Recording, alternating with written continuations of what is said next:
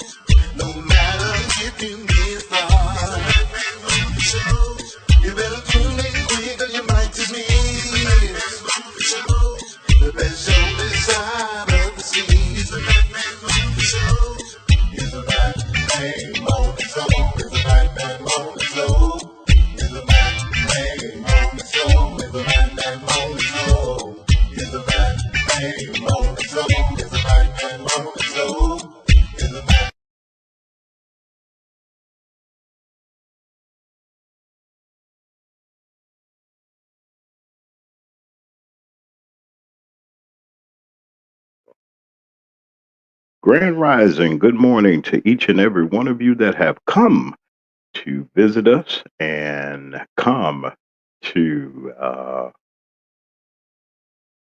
see what we're going to talk about on today. We got a wonderful show, as usual. We're going to get into it today. Like say, Grand Rising, let me call the roll. Hey, Deacon Alvin Moore, and to Anthony Reed, our apostle, and to Aaron Reed, our section leader, to Alice, the blessed child of God, our usher moderator. Keep y'all straight. The chair lady of the trustee board is here. Y'all know the trustee chairman is here to watch y'all to make sure that everything goes well uh, with the support. That's Foxy True Roxy 3. Brother Lee is on his way. Our very special guest is in the studio. She's in Holden. We don't have a green room, y'all, but she's in the comfort of her surroundings, and we are celebrating who she is, what she's doing, and the stance that she has taken in her community. And we're talking about none other than Alderwoman Colby Chapman of Harvey, Illinois, the second ward, the historic second ward. And we're going to get into what happened to her. And it's international news. And we just stopped by with our little wagon and everything just to say, hey, down here in the Southland where we are, in the Mid-South down here. Like I say, Grand Rising, good morning to each and every one of you, all of you all that are in chat, everybody that's in the bushes. You know y'all in the bushes hiding. Y'all really want to know what's going on. There's some interesting things. I'm waiting for Brother Martin G. Johnson. He's going to come and join us, Brother Lee, and also Foxy is here. We're going to be discussing this situation that's going on in the city of Harvey. Let me explain something and say something to some people. We reach out our hands to help, and I was informing some people. They said, "Well, how do you get in on the Mid South and the Dalton situation?" Been doing it for about a year. We've been broadcasting about a year on it and doing stories on it. Thank you to Sherry Burton, who introduced us to everybody. And lo and behold, just right next door to the village of Dalton lies the city of Harvey.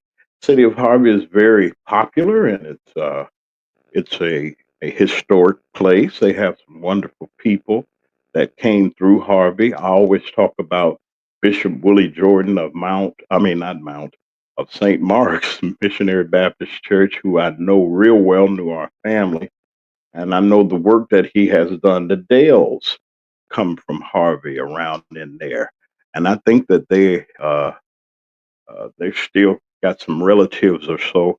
But Harvey's a wonderful place. It's a wonderful place, and uh, notably, you might remember, and which would bring me up to some other exciting news that we got on yesterday from Rome, that the Pope is a former resident of the village of Dalton, y'all. Now, I know I was laughing. I was past, but one, he came from Chicago. I had no idea until they started digging that he lived. Actually, him and his family lived in Dalton. He was raised in Dalton, born in Chicago, but raised in Dalton. His mother worked at Mendel High School. I think he either worked there or attended. I know his brother John attended Mendel High School. And if a lot of you all know where Mendel is, it's right there on 111th and King Drive. That's where we used to party. I mean, you talking about house party. And the wall, we be in the gym. And I mean, they throw the meanest party. So I knew something was going on. But aren't you amazed at what happened, that almost 2,000 years of tradition has uh, has been changed to a point where now I knew they wasn't going to elect a brother. I knew that wasn't going to happen because, them folks don't want to kiss the brother's hand, talking about he the supreme pontiff. Now, I ain't going to talk about nobody's religion or nothing like that, though. But we like to congratulate our new pope. My man come from Chicago. Okay. Hey, look out. He's a White Sox fan. So everybody can't be right all the time, but it's an exciting time, not only for America, but for the Southland, for where Dalton and for Harvey and for all of the the Southland in Thornton Township ought to be happy. We all ought to be happy. He was in Roseland working, his parents and everything, born in 1955, right at the point where old man Daley took over City Hall. He was born in the Roseland area, Beverly. He moved on to the south into Dalton, a real modest, nice home. I think it's up for sale. I don't know, but the last price that I heard that they're trying to sell that house for, they're trying to get what they could for. It's a real small, like a starter house for a family. Went from the tens of thousands of dollars into the hundreds of thousands of dollars. Somebody's going to buy that house. I hope, and we need to really support Jason House, the mayor, and his board over there because, you thought about the things that went on over there in their village and all of the suffering that they had to go through. Lo and behold, when you think you're out of the lamplight, they drop this on you. Now y'all can put some banners up there. I hope that Dalton and the Southland gets it together. Now this is an opportunity, and I'm going to say this: it's going to be international visitors. People from everywhere are going to just come to see where the first American Pope was raised. And that means there's going to be some traffic jams. There's going to be people that are hungry. There are going to be people that want souvenirs. I hope y'all listening to me right now. There are going to people going to want to buy things. I'm surprised, and I hope that the mayor has police officers out there because people are trying to take it brick by brick. Oh, I got the brick of where the Pope he was raised in Dalton. Y'all coming, and you got some opportunities around there that'll take the windows and anything, but we ain't gonna go there. I hope it's not like that. But congratulations to the Southland for and to all of us because this is significant. And I know that the Orange Man is going to be nervous because now he has to deal with an international figure, not just somebody that was born here, but he's an international leader. He's the head of state. The Vatican is a country, and it's a sovereign country. And this man was born here, citizen, got dual citizenships from the United States and Peru. He worked down in Peru. And isn't that something that after he dissed the Catholic Church and all those people, he started dissing and carrying on? Wait a minute, let me see. Okay, thank you. The honor's all mine, everybody. Also, I think they were talking to somebody else. Let me stay on here. I'm not going to be. Wait a minute. I gotta find this out. Yeah. So Chicago's famous. We hollering. You know, Chicago is a Catholic city. I know that they've been celebrating, and you ought to celebrate that's your faith. You celebrate it, but it is a milestone in our own history. And would it be something that the Pope of America comes from a blue state, a blue community, meaning that he knows what's going on. He's nobody's fool. He's worked with the Pope Francis real close. And I think that on the second day and on the fourth ballot, they said, okay, they had to get the votes together, but they had enough confidence in this gentleman to give him the reins over. He looks like Pope John Paul a little bit with that picture. But somebody sent me this, and I want to laugh and joke like everybody else. Y'all know that everything that they on the mission from God. I have laughing at everybody. Because he's famous and the Blues Brothers was Catholic. That lady had him up there, the nun had him up there whooping him with the rod and everything. So, and y'all know that Patillas no, y'all know. They sent me that. That's one of my Catholic friends sent me that. So I had told them I was going to show it on there. But hey, look, I'm telling you, it's going to be something in the Southland. Listen, I want to say grand rising and good morning to each and every one of you. Tell your friends, let everybody know that we have the Alderwoman from Harvey on. And like I say, each and every time, I'm not here for publicity or to get over. I'm a true newsman, and I wanted to know firsthand what happened with our sister over in Harvey. It was a disgrace what I saw on television, and a lot of you saw it also. And I got a video queued up just to lead into. And as we look at our video and we come back and address what we saw, we have Alderwoman Chapman. She's in the waiting. We got Foxy 2 Roxy 3 is here. Our guest panelist, one of our guest panelists, Brother Lee will be here. Brother Lee Mack will be here soon. And I'm hoping for Brother Martin G., the original crime chaser, is supposed to be with us here today, too. So what we're going to do is I want to get this out of the way. Let's go say hey to our sponsors. And for those that are supporting us, we lost a couple because of, I didn't tell you all that. I did tell you this, that the one of our sponsors, I won't mention who, because we're no longer affiliated, dropped their commercials and had their friend to drop the commercial from our show because I called the mayor of Harvey a idiot. I'll call him again, Mr. Mayor, you're an idiot. You're an idiot. You're a straight idiot. You're a straight idiot because you think you're Tiffany Henyar's partner quiet. You don't do the things that she do loud and hollering and making videos. You ain't got no rhythm or nothing. So you can't do anything. You're riding around in a city like like you, Brandon Johnson or somebody. You got a trail car and an SUV. We need to look into all of that. See, it's the quiet crooks that you got to watch. He's a disgrace to the to the city of Harvey. He and anybody that's in cahoots with him, the colleagues I'll say it. Those aldermen that went against her by just asking a question or two. I'm just saying it right now because it doesn't matter to me what people think. I'm a journalist. I'm going to tell the truth, shame the devil. I'm going to get out there and I'm going to speak what I have to speak. It's a disgrace that an elected official, someone that's been elected by the people of her area, that depends on her to help them to navigate and to get city services and to improve the community, that ask a question during a Robert's Rule of Order procedure when the motion is put on the table in seconds, if it's a second, um, it's been second. I think you can have a discussion.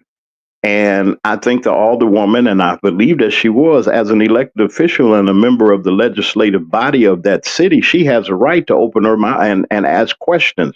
Whether she gets an answer or not, that's okay. But because she asked the question, she's going to tell you everything else, and it's going to really shock you. And she's here. We're going to go ahead and just say hey to our sponsors. I like to say good morning to each and every one of you. And I was going to, no, I'm not going to do that. But I'm going to just take a quick break right quick so that we can have enough time to be with our guest. She's here and we don't want to waste any time um, because she has other things that she has to do. And it's just an honor to have the alderwoman here under the circumstances that she is, but we're grateful for that. We'll be right back after these messages from our sponsors, those people that help us out a little bit. You see down at the bottom of the screen, you still can support us. We're not monetized, so that means that we're not doing all of the sensationalism and all the tricks. I don't have any. I'm too old for all of that. So I'm not going to do all of that. We're just here to bring you information and inspiration right here on the MacMan Morning Show each and every weekday morning at 9 a.m. Central Standard Time. That's 10 o'clock over there on the East Coast, right here on Mac Media 3, Mac Media 3 Productions. WKRA 92.7 on our FM dial carries our signal here in our region, and we're grateful for their listeners. They're listening on the radio because they wanted to know, McMahon, you going to talk about that? How they handle the lady on the YouTube? So I got her here, our wonderful guest, Alderman Chapman. We'll be right back after these messages, folks. If your locks ain't right and your twist is on limp, you know, get over to Keisha Studio. Specialized in locks, natural hair, and extensions. When your hair needs that special attention, make Keisha Studios your next decision. Located 3964 Goodman Road E, Suite 122 in South Haven, Mississippi. Call 901-650-9487 for your appointment at Keisha Studios. You know.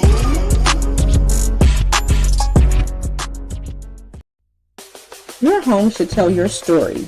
It should be stylish, comfortable, and uniquely you. Here at D. Harris Interiors, we don't just decorate.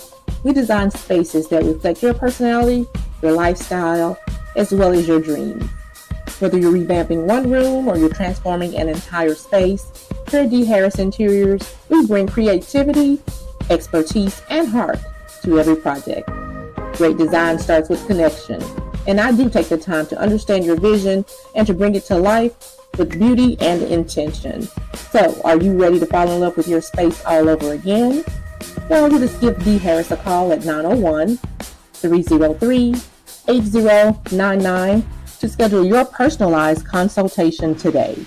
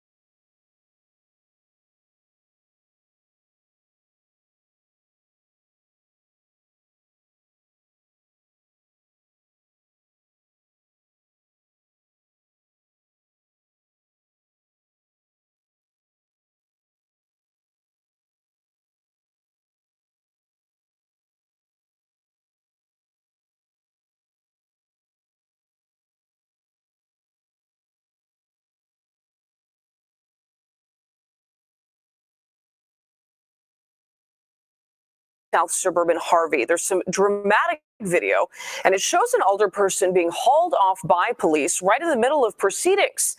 So what led up to this disruption? Our Suzanne Lemonnier is always investigating. Suzanne? Well, Marie, the mayor says the second ward alderwoman kept bringing up an issue about a constituent's home, and the mayor says that issue had already been addressed.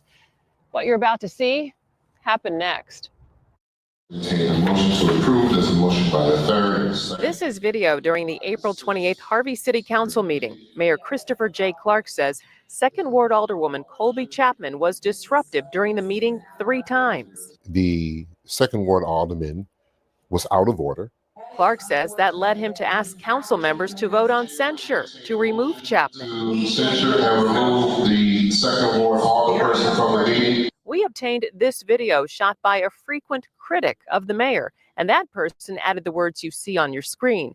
It shows Chapman refusing to be removed. An officer comes to gather her belongings, prompting Chapman to say, "Don't touch my stuff." Then Chapman pushes the officer. At that point, she's let out by police and tries to stay in the meeting by holding onto the door.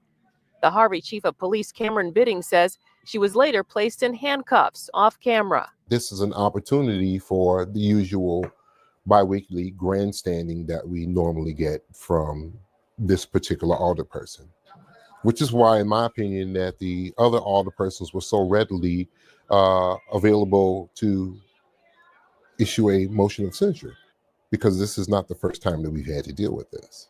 The mayor says Chapman has been censured and asked to leave city council meetings on 2 other occasions.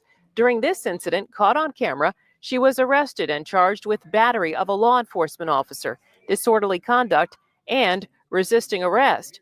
Chief Bidding says Chapman's mother was also arrested and charged with disorderly conduct and resisting arrest. There's a barrier that we have inside of City Hall that we don't allow residents to come past. And during the commotion, her mother walked past that barrier. We asked her to step back. She didn't want to do so. So we ended up having her being escorted out. She walked out, followed her daughter. And then as we were asking to leave the facility, she did not want to leave the building. Now, when asked for comment, Chapman told us that she's going to be having a news conference here at City Hall on May 12th at 6 p.m. In Harvey, Suzanne.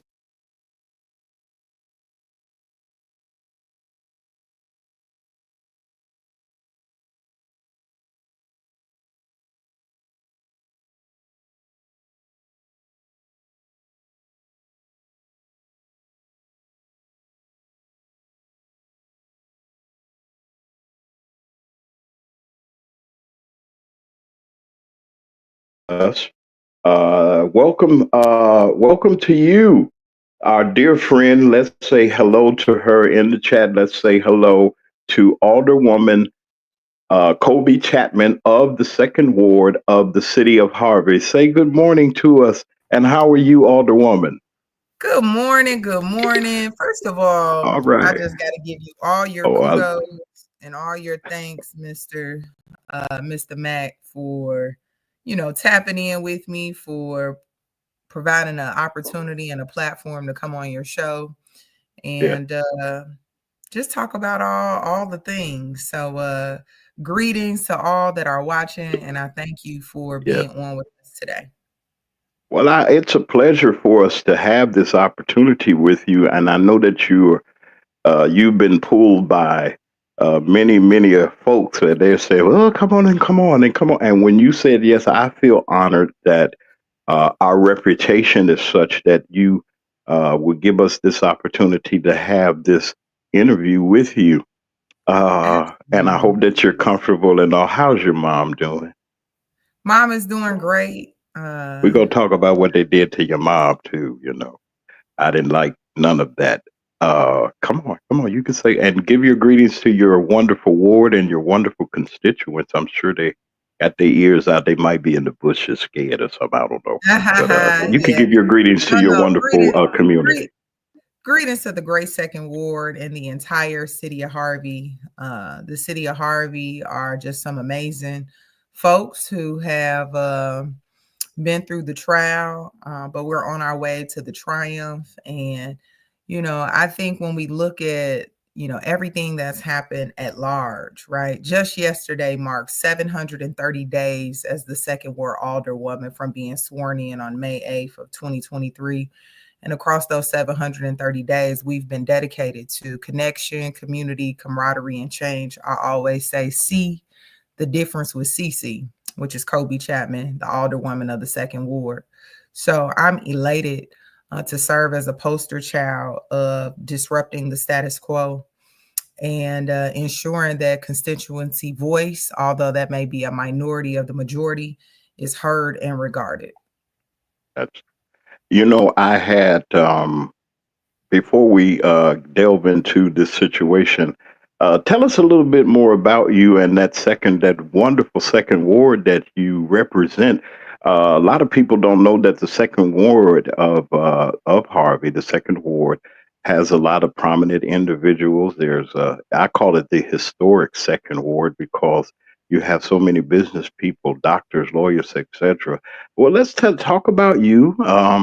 How did you get in this political rat race or this rabbit hole, as they call it? And how did you what made you what persuaded you in the questioning? What persuaded you to run for office? And you did win. But tell us a little bit about who you are. Absolutely. So born and raised right here in the great second ward, right at 15216 Lexington. So all my Harvey world folks, we know the true of Lexington. It's one of the heartbeats of the second ward, kind of billows the downtown area.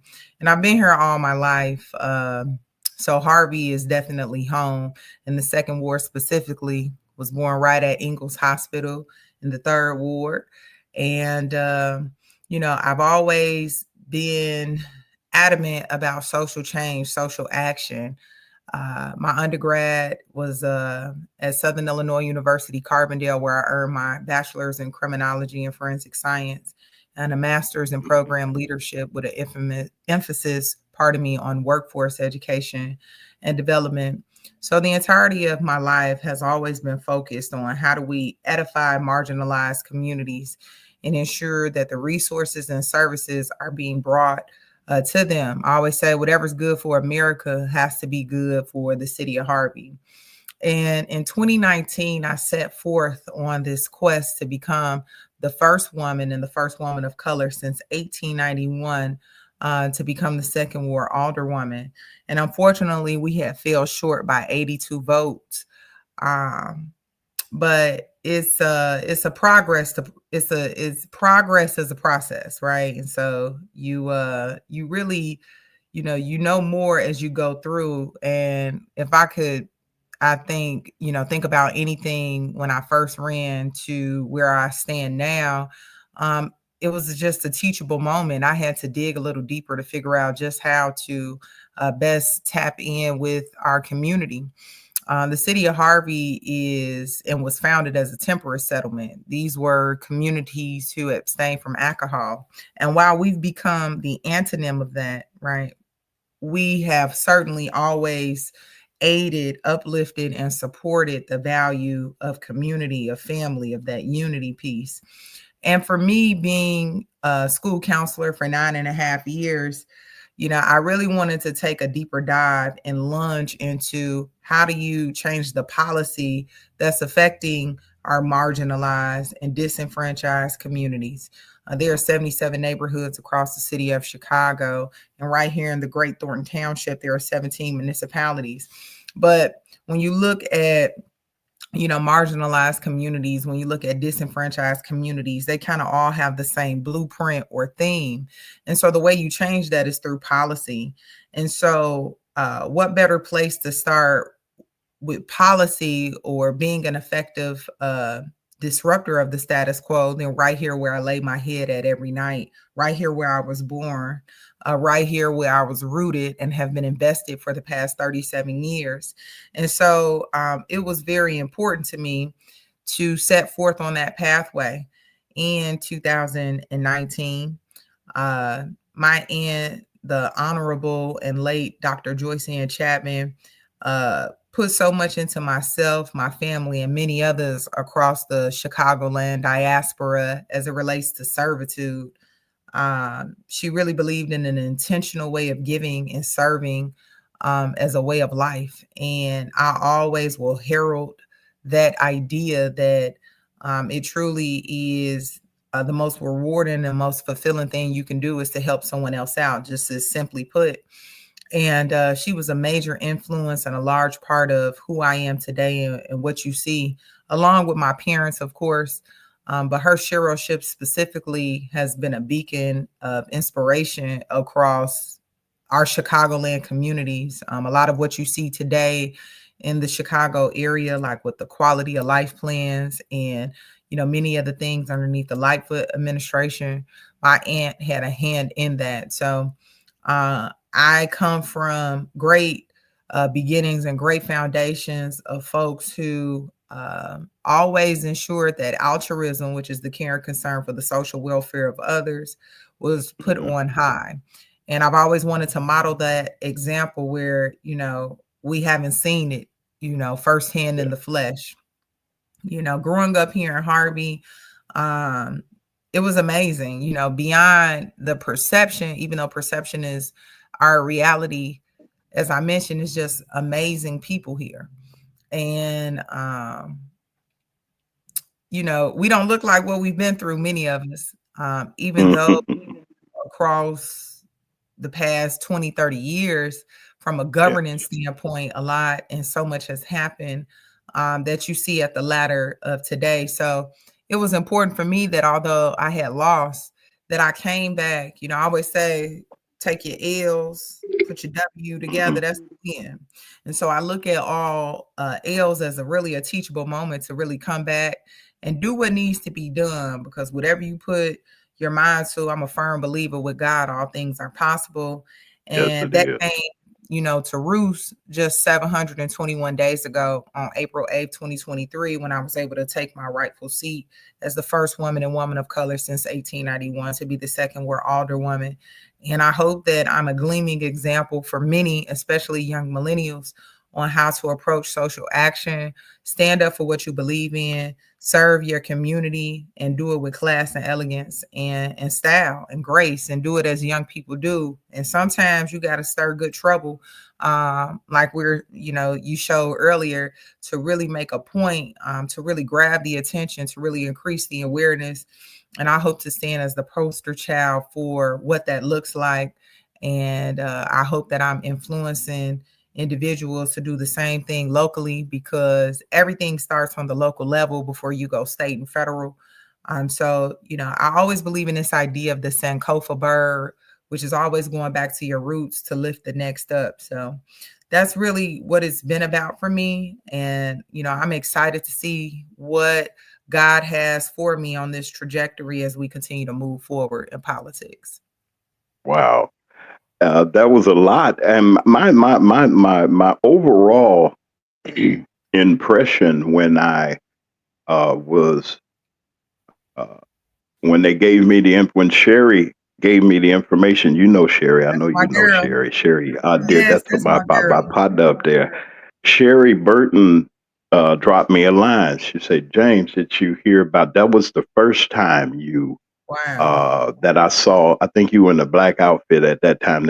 First time they escorted you out of City Hall." And she sent it to me, and we were knowing that there was a lot of things going on. We didn't have a chance. We were focusing in on your neighbors next door to you, and there was so much going on, and we didn't have a chance to fit you in. But when I had turned on the television and I saw, the first thing I saw was, I didn't see the discussion. I didn't see what they played on tape. I'm going to show everybody what I saw. I saw this.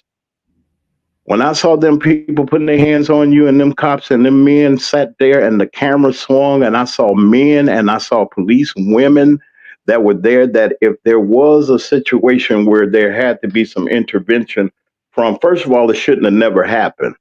Okay. And then I had to and I had and thank God for the replay. I replayed it to see, was I really seeing what was happening, this manhandling of you? We're going to get to that part. But what I see from you is a genuine concern about your community, a love for your community, and you are people centric.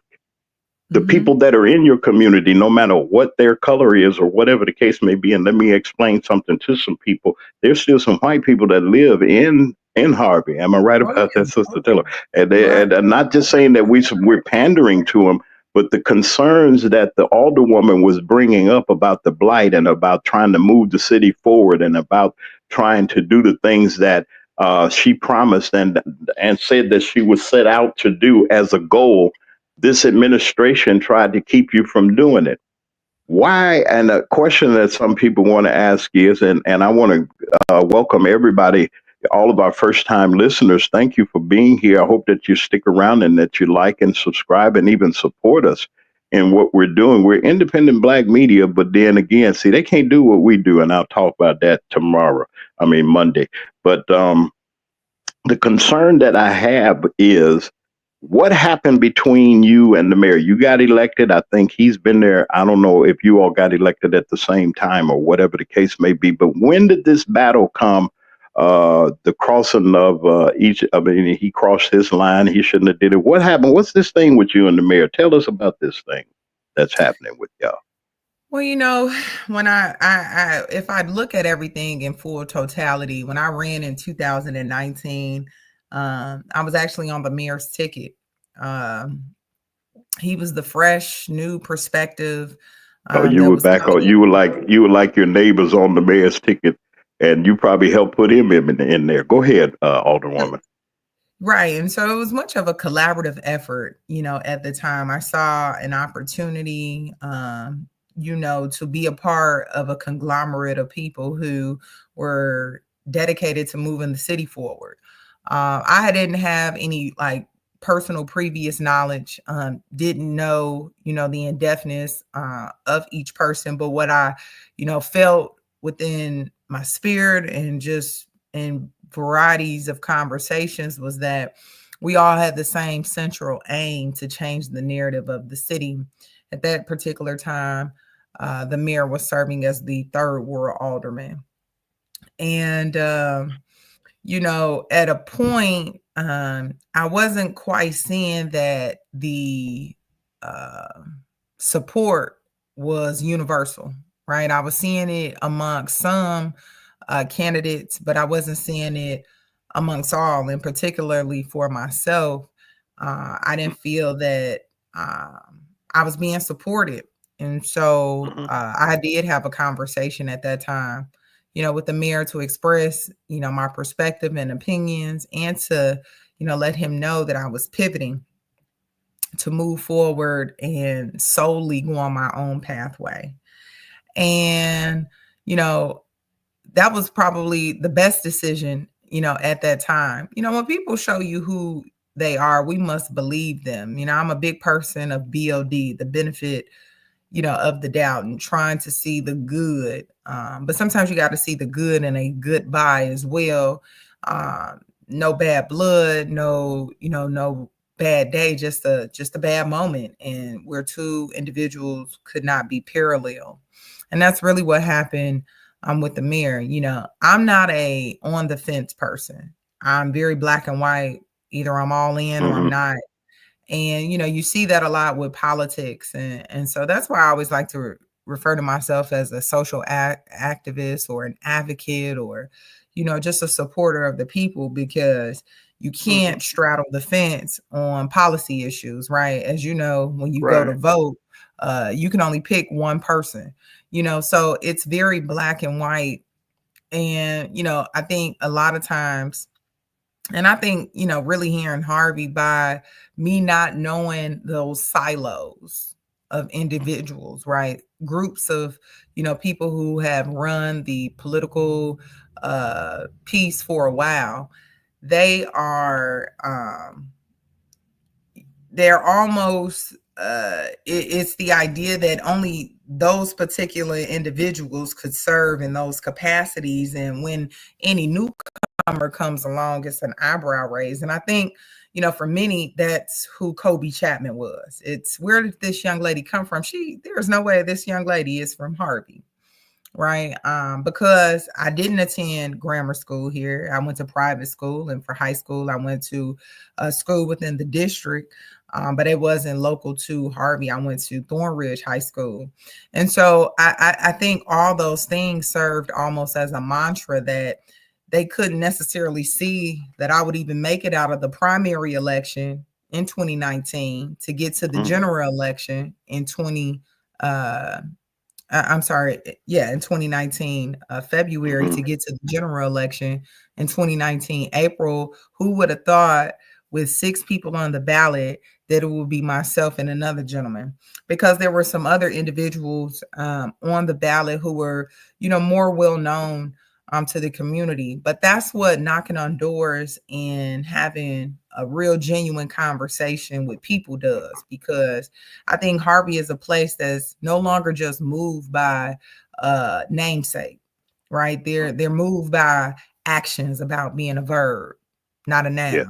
right? They want to see, are you going to talk the talk and walk the walk? And we literally knocked on every door here in the second ward, from 152nd to 171st East and West. Ooh, that's a lot of territory. Is that is that the circumference of your ward? It is. Whoa, you got a Folks big would like to ward. say, the second ward, they not sure if it's the largest ward, but it is the largest ward here in the city of Harvey. It's the entire downtown business district. It, Oh my. borders the Okay. first ward and the fifth ward and the third ward, 1, 3, and 5, all the odd wards. And so, coming out of that time, coming into 2023, I really had my head on straight. I wasn't and haven't been since 2019, since I decided to pivot and move on my own solo mission. I never looked back at the rear view to see where that stood. I remember when the mayor was first elected, I sent him an email with me having such a specialization in youth and family services and philanthropy. I mean, I've been doing this type of work really all my life. I extended that olive branch when he was first elected to say I'd like to work in cahoots with the city to support, assist, formulate, implement any opportunities for youth development, youth anything, youth mentorship. That kind of fell on deaf ears, and that's where that was. And so coming into 2023, I just knew that I had a main focus on how do I corral with the residents, right? Because those are the voters. How do I corral with the residents and move forward? And in this particular election, I had 6 individuals run against me. Wow. And you know what? 6. It's a beautiful 6 Wow, individuals. that's something. It's a beautiful thing, because when I look back, some of those same ones that we were competitors, it was all still in good energy and good camaraderie. Some same individuals that I'm leaning in on today with the many instances that have happened, and that I can turn to as supporters. So I feel like when you're doing anything with truth and transparency and fidelity, you're going to always land on your feet, even in the midst of the storm. I've never seen the righteous forsaken. The word tells us Watch that, and out I'm a that. firm believer in it. So, Like Jesus or something, don't you?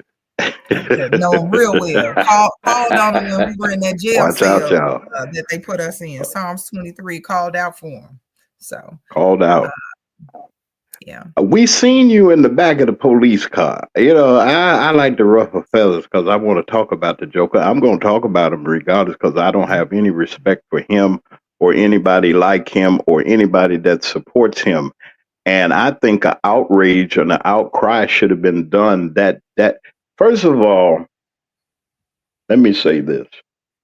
And I'm gonna bring our panel in after we take our another break. And y'all get prepared, because I know they chewing at the bit. God bless you. That they're chewing at the bit to get in on this. We want to thank Brother Lee Mack, Foxy 2, Roxy 3. They're waiting and they're standing by. I just wanted to let everybody know that they're standing by.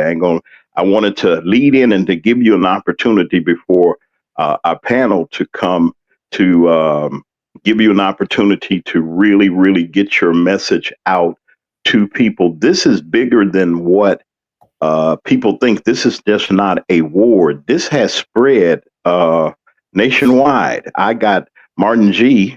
He's in the bushes right now, but we were talking about this, and I flipped on several stories around the country, and the people here in this region wanted to know and wanted to find out who in the world handled this alderwoman. Now, this is what the surprising thing to me. You are an elected official.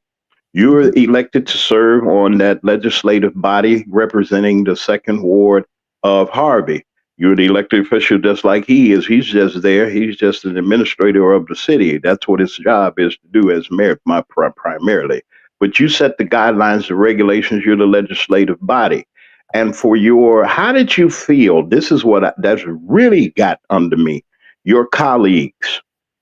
Now, I saw one gentleman, and I think you identified him in a previous conversation that we had, but take us through what's your feeling about when they put that motion out, they put that motion out there to censor you and so forth, and you saw your colleagues, the people that you were elected with, to bring this city that really needs a shock wave to go through it to help it and not to be left abandoned. How did you feel about your fellow council persons not supporting you? Now, I saw one. I'm not going to try to let me put this programming note out. I did notify the city of Harvey. I tried to get a comment from the mayor, and I called each one of your colleagues. None of them called us back after several attempts. So don't get mad for those of you that are getting in there and talking that foolishness that you didn't get the mayor, and I offered to let the Joker come on, and I said, that's what I offered him to come on. Speak your mind. Let's hear, why did you let this happen? Why did you take the action? So he didn't come on. We ain't worried about him. I'm not giving him another invitation. He can't come on here. And that's just it. We'll be back in a little bit. Alderwoman, sit tight for just a little bit. I ain't gonna hold you long. We're gonna bring our panel. Listen, this is the MacMan Morning Show. I like to say good morning, grand rising to each and every one of you that are in the chat. Your first time here, like and subscribe. I ain't gonna bite you or nothing. You might get some wonderful information, and then you'll get interviews where you never hear. Like we have Alderwoman Chapman here and others that come by and just spend their time, not to just jack ratings, but to give you an insight. You rather hear it from as they say, from the horse's mouth than to hear it from somebody else what actually happened in that council meeting.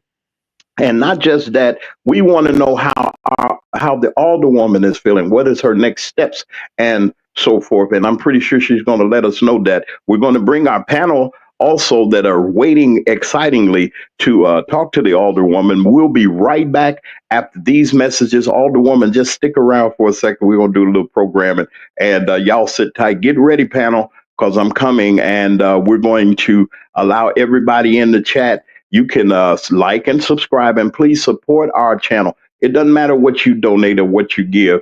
You can do that so that we can continue the work that we're doing, that we can continue to be champions of social justice, information, and inspiration. News is what? Bringing you the information that you need, unbiased, uncut. As my brother Martin G would say, tell the truth and shame the devil. He's in the chat, y'all. Y'all don't know Martin in the chat. He's listening and everything. We'll be right back. We're going to just go and acknowledge our sponsors real quick. Those people that they help us each and every month with our expenses. And we join them and help them. You can help us do what we do. We'll be right back after these messages. Y'all stick around. Tune in to the MacMan Morning Show. Hold up. Man, this is one of the hottest talk radio shows this side of the Mississippi. We're talking about the MacMan Morning Show, Mondays through Friday from 9 a.m. to 10:20 a.m. Man, get you some on WKRA 92.7 FM. Man, beat me there. Don't meet me there. Your home should tell your story. It should be stylish, comfortable, and uniquely you. Here at D. Harris Interiors, we don't just decorate. We design spaces that reflect your personality, your lifestyle, as well as your dreams. Whether you're revamping one room or you're transforming an entire space, Here at D. Harris Interiors, we bring creativity, expertise, and heart to every project. Great design starts with connection, and I do take the time to understand your vision and to bring it to life with beauty and intention. So, are you ready to fall in love with your space all over again? Well, just give D. Harris a call at 901-303-8099 to schedule your personalized consultation today.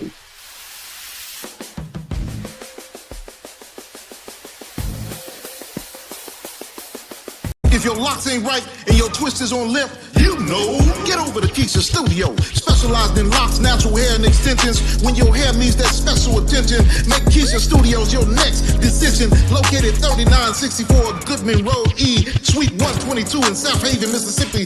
Call 901-650-9487 for your appointment at Keisha Studios. You know.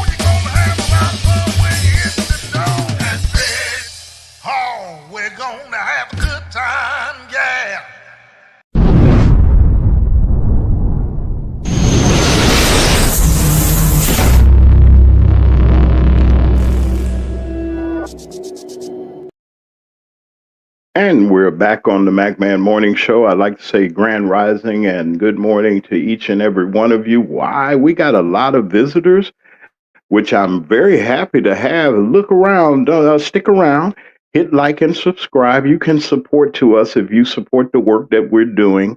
And it's wonderful to see that the work that you do will speak for you. We're excited and we are just overjoyed to have with us. We have Alderwoman of the Second Ward of Harvey. We have Alderwoman Colby Chapman that's here, our wonderful special guest, all the way from Harvey. Yes, she's there. Yeah. All y'all from Mississippi saying, well, how did you get her here? The technology does it. I'd like to acknowledge a couple of other people that are in, some that are with us and even our panel. We have our chief contributor, our co-host, Brother Lee Mack. He's here. And we have Foxy 2, Roxy 3.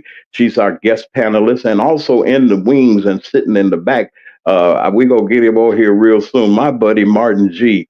He was scheduled, but I think we had a little technical problem or something that we'll get it together. But he's in the chat. We wanted to just acknowledge him and acknowledge all of you. Alice, the blessed child of God, is here. Don't forget to go to her page and support her also, and also support Foxy. I'd like to say hey to our other moderator, our other usher. Your partner's here. Your vice president is here. The usher board, Alice, she's here. Wait a minute. Hold on a second over here. Let me look over here. Penelope is here. Penelope, I see you. And we want to say hello to each and every one of you. I'm going to bring our panel up, and I'm going to bring the Alderwoman back up right quick. I just got to ask a couple of questions before we bring our panel. Just stay tuned, folks. Just stick around. But Alderwoman, welcome back to the show. I want to thank you for taking out the time just to come by and give your insight and give your interpretation other than what people are saying. We want you to be able to speak the truth and speak from your heart on the things that have been occurring in the city of Harvey. I tried to tell people that the city of Harvey have great legacies and great histories, and we want I was about to call you Congresswoman. You know, see, I better watch out what I say. Y'all know that Congresswoman from the 2nd Congressional District. that I think some that covers. Or let me behave. See, I'm talking beforehand. Hush, James. Diane Black. Good morning to you, Diane Black. Who hopefully we gonna be pushing and praying. And I'm just glad that the sisters have gotten out to do what they do. She's going to be hopefully running for Congress in the first congressional district of Mississippi. And everybody I see, y'all, she's here. And she's gonna tell y'all some more. And Brother Lee and everybody else is here. They're sending me messages saying that they're ready to. They're happy to be here. That's the other side. For all of you that are in the chat, y'all be cool. Y'all hit the like button. You can subscribe and you can contribute if you like to. Yes, you can. Yes, you can. It's right at the bottom of the screen. You can donate to our channel. We thank you, and it's graciously appreciated. I really think that it's wonderful that people want to support you. Now, couple of questions that I want to ask the Alderwoman. One, Alderwoman, where did you go from here?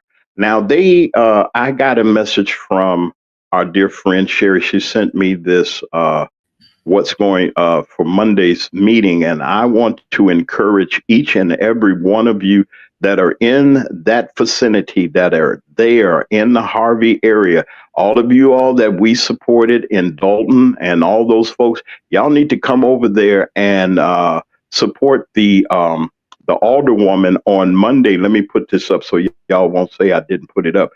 Come Monday, the city of Harvey's meeting. Y'all stand behind her, beside her, get your lawn chairs. Just stand there. They can't take all of y'all. They ain't got that many police around there. So we can get about 75 or 100 of y'all down there, and y'all just pack it up in there and don't be silent. Sit there and make sure they don't put their hands on the Alderwoman. Y'all know what to do. And men, y'all step up to the plate. All scary of them punks down there. That's what I call them. They ain't nothing but some Keystone cops, and I hope and pray that a new administration. Let me be quiet because I'm talking. You already know they need to be cleaned out too. I'm not going to use our friends over in Dalton's slogan. We'll find something else, but they need to be out of there too. Him and anybody that's like him. Now, I want to know your colleagues. They sat there. Some of them just sat there. Some of them were looking. Some of them were. One woman was laughing. Looked like she had a smirk on her face as they were hauling you out of there. Tell me about your relationship with your counterparts. Well, so first of all, I want to give a major kudos to this brother, Rabbi Youssef, who created that flyer on behalf of the Chicago. Because I don't want to butcher a thing. Pardon me. On behalf of the Chicago Activist Coalition for Justice, Rabbi Michael Ben Youssef, I want to give a major shout. And it's so heartwarming when individuals that you don't know rally around and support efforts when they see unjust things or unjust happening. So, I thank the many far few and in between that have reached out to pour out their love and share their support. It's very, very dear to me. As it relates to my colleagues, 4th Ward Alderman Tracy Key has been a support, a friend, a great colleague since I arrived in City Hall. And so it's a major shout to him and his firm stand down on, unjust and when he see things not being done equitably. So I really appreciate that on behalf of 4th Ward Alderman Tracy Key. For the remainder of my colleagues, I'm quite saddened, right, that this is our leadership. When I think about individuals who are almost twice my age, I know that while age is no qualifier of maturity, I just have a certain level or a certain expectation I have for elected officials. We're supposed to stand above the fray and rise to the occasion, And so when I think about that and I think about nobody speaking against the ill, I think about the reverence that they have for the 2nd Ward, where they're silencing the legislative process, silencing the voice of the elected alderwoman who is to speak up for the second ward constituency. And so when I think about that, I think about their own wards, Ward 1, I think about Ward 3, Ward 5, and 6, that they too aren't getting their due. Because if we're busy and have a focal point of being abhorrent and prohibiting my legislative voice because they're refusing to speak within their legislative power, then we're all at a zero because nobody is speaking up for anyone. So I find it troubling, and which is why when parliamentary procedures, Robert's Rules of Order, were instituted, I want to say in the early 1800s or in the late 1700s, as a way to govern meetings. And so what you heard at about remark, I want to say maybe 18 minutes into the YouTube clip, is that you heard there was a motion to call the question.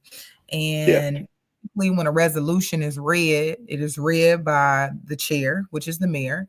After it's read by the chair, he asks for a motion and a second. And then typically following that is a discussion. Even if there's another motion that's going to happen in good faith and in good measure and as good alderpersons or as good or just in good fellowship of governance, you want to ensure that our people have a right to say something. And so what you saw there when the third world alderwoman, Talani Smith, went to motion to call the question, that's to prohibit any conversation. And I'd have to think, why would we not want conversation? If somebody was standing in front of a door and you asked what was behind that door and no one replied to what that was, the youngest person in the room would have inquiry or query as to what is going on behind the door. Similar as such, or trying to put it in the most simplistic way, I had questions, or I had a statement regarding the sale of a home at 60 East 155th Street. Is that in your ward? Your ward? Yes, it is. And I had question regarding the specifics of what I read in our aldermanic packet, that this home, shouts out to Chappelle. I see that she's an amazing Chappelle Hooks, the advocate treasurer here in the city of Harvey and serves on the Harvey Library Board. And hello to everybody that's tuned in. But when they did the motion to call a question, that was to prohibit me from having any discussion. And as I mentioned, if you were standing in front of a door and wanted to go in, you just be curious as to why there would be any blockage. Well, that's the same thing regarding the sale of a home at just $2,000, saying that this particular real estate group, Blue Estates Group, LLC, intends to put $120,000 into the home. I'm troubled by that, because why couldn't we take a deeper dive, and which is where I did not listen to the order of the chair, because earlier on in our council meeting, there were 8 resolutions on the council on Monday, April the 28th. And when we got to one of the resolutions, which was a real estate application fee that cost $25, when that was, the chair announced it, and then he called for a motion and a second. The third ward alderwoman again called for a motion to call the question, and following her motion to call the question, I called for a motion to postpone indefinitely, ultimately stating that I wanted to postpone indefinitely the statement of motion to call the question. The chair then advised me, and I was postponing it indefinitely because I'd like for discussion to be had on legislation being presented to the council at large, and so much so that the audience members or those viewing it have some understanding and comprehension on what exactly is being voted upon, detailed, and discussed.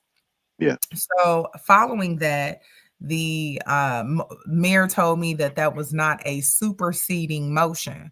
I followed with point of parliamentary inquiry because I had a question about him saying that my motion to postpone indefinitely was not a superseding motion, meaning it could You know your trump. Robert's Rules of Order. I got to give it to you. You know the Right. That procedure. could trump the motion on the floor, Mhm. Mr. Mack. He said that it was not a superseding. I then asked, well, once again, if I'm standing in front of the door and you tell me nothing's going on behind there, but you won't let me in, I'm going to ask why. The same thing I asked regarding the superseding motion. How is my motion to postpone indefinitely not a superseding motion? The rebuttal by the chair was because it is not. That, unfortunately, is not an answer. That is a biased opinion on behalf of the chair, which I stated. I said, well, Mayor, that's a biased opinion. We have the corporate counsel here. Could we ask her as she could provide a non-biased opinion? He said she won't be saying anything. Any person. Wait. Let me ask this. Wait a minute. Now, you, a member of the legislature of that body, Correct. asked for a clarification. If I'm right, you let me know. You called the point of order in the sense that you want a clarification on what the chair had presented as far as saying no, we're not going there, and that corporation counsel who works for you and that board and the city. If I'm right, now you got to let me know. You're That correct. person he directed corporation counsel not to answer your inquiry. Am I right about that? If I'm on the right track, You are help me out correct now. about that. No, you And are correct because about that. you called that, which you were well within your right to do, to have a Absolutely. superseding motion, they should have entertained that superseding motion before carrying on their original motion of doing what they do. Am I right about that? Right. If And I'm and in the so right to right that place. end, you know, the idea that we have a corporate counsel who cannot speak freely. So we have the highest paid member sitting with this body of 9, right? 6 alderpersons, 1 Yes, clerk, ma'am. 1 treasurer, and a mayor. And you telling me the highest paid individual can't say anything? Wait a There's a minute. foundation That your creating. corporation counsel makes more than the legislators or the executive. Absolutely. And y'all paying this person to serve you and to serve the board legally to make sure that things are going legally, and they could research or they can give you an answer before you take any action. I suggest Mhm. that you have good counsel to do that because there's some tricky things. He directed the counsel not to give you the answer to your inquiry. Correct. Oh my. Go And ahead, then Alderwoman. the meeting continued to proceed. So me knowing Mr. Mack that I was already met, which was I had a viable question earlier on. My question was, if it costs $25 for an application fee for surplus real estate in the city of Harvey, 1, where's the application found on the website? 2, who's governing who is selected, whose application is selected? 3, you know, where are those funds being allocated to? I start doing the math like, well, if we have 4 people per day, that's $100. If we have that times 5 per week, that's 500. We got 4 weeks in a month, that's 2,000. We got 12 months in a year, that's 24,000. So you telling me every 2 years you making almost $50,000 off printing paperwork and deciding who's going to be selected based on the real estate application? Wow. I have deep questions and concerns about our financial aptitude here in the city, and we Yes. can't be we can't do that. We're already a very impoverished city, certainly in the red in many instances. And to Yeah. think, you know, we're constantly going in the red. Meanwhile, I've done 47 events here for the Wow. second ward in the city of Harvey, and I haven't been reimbursed $1.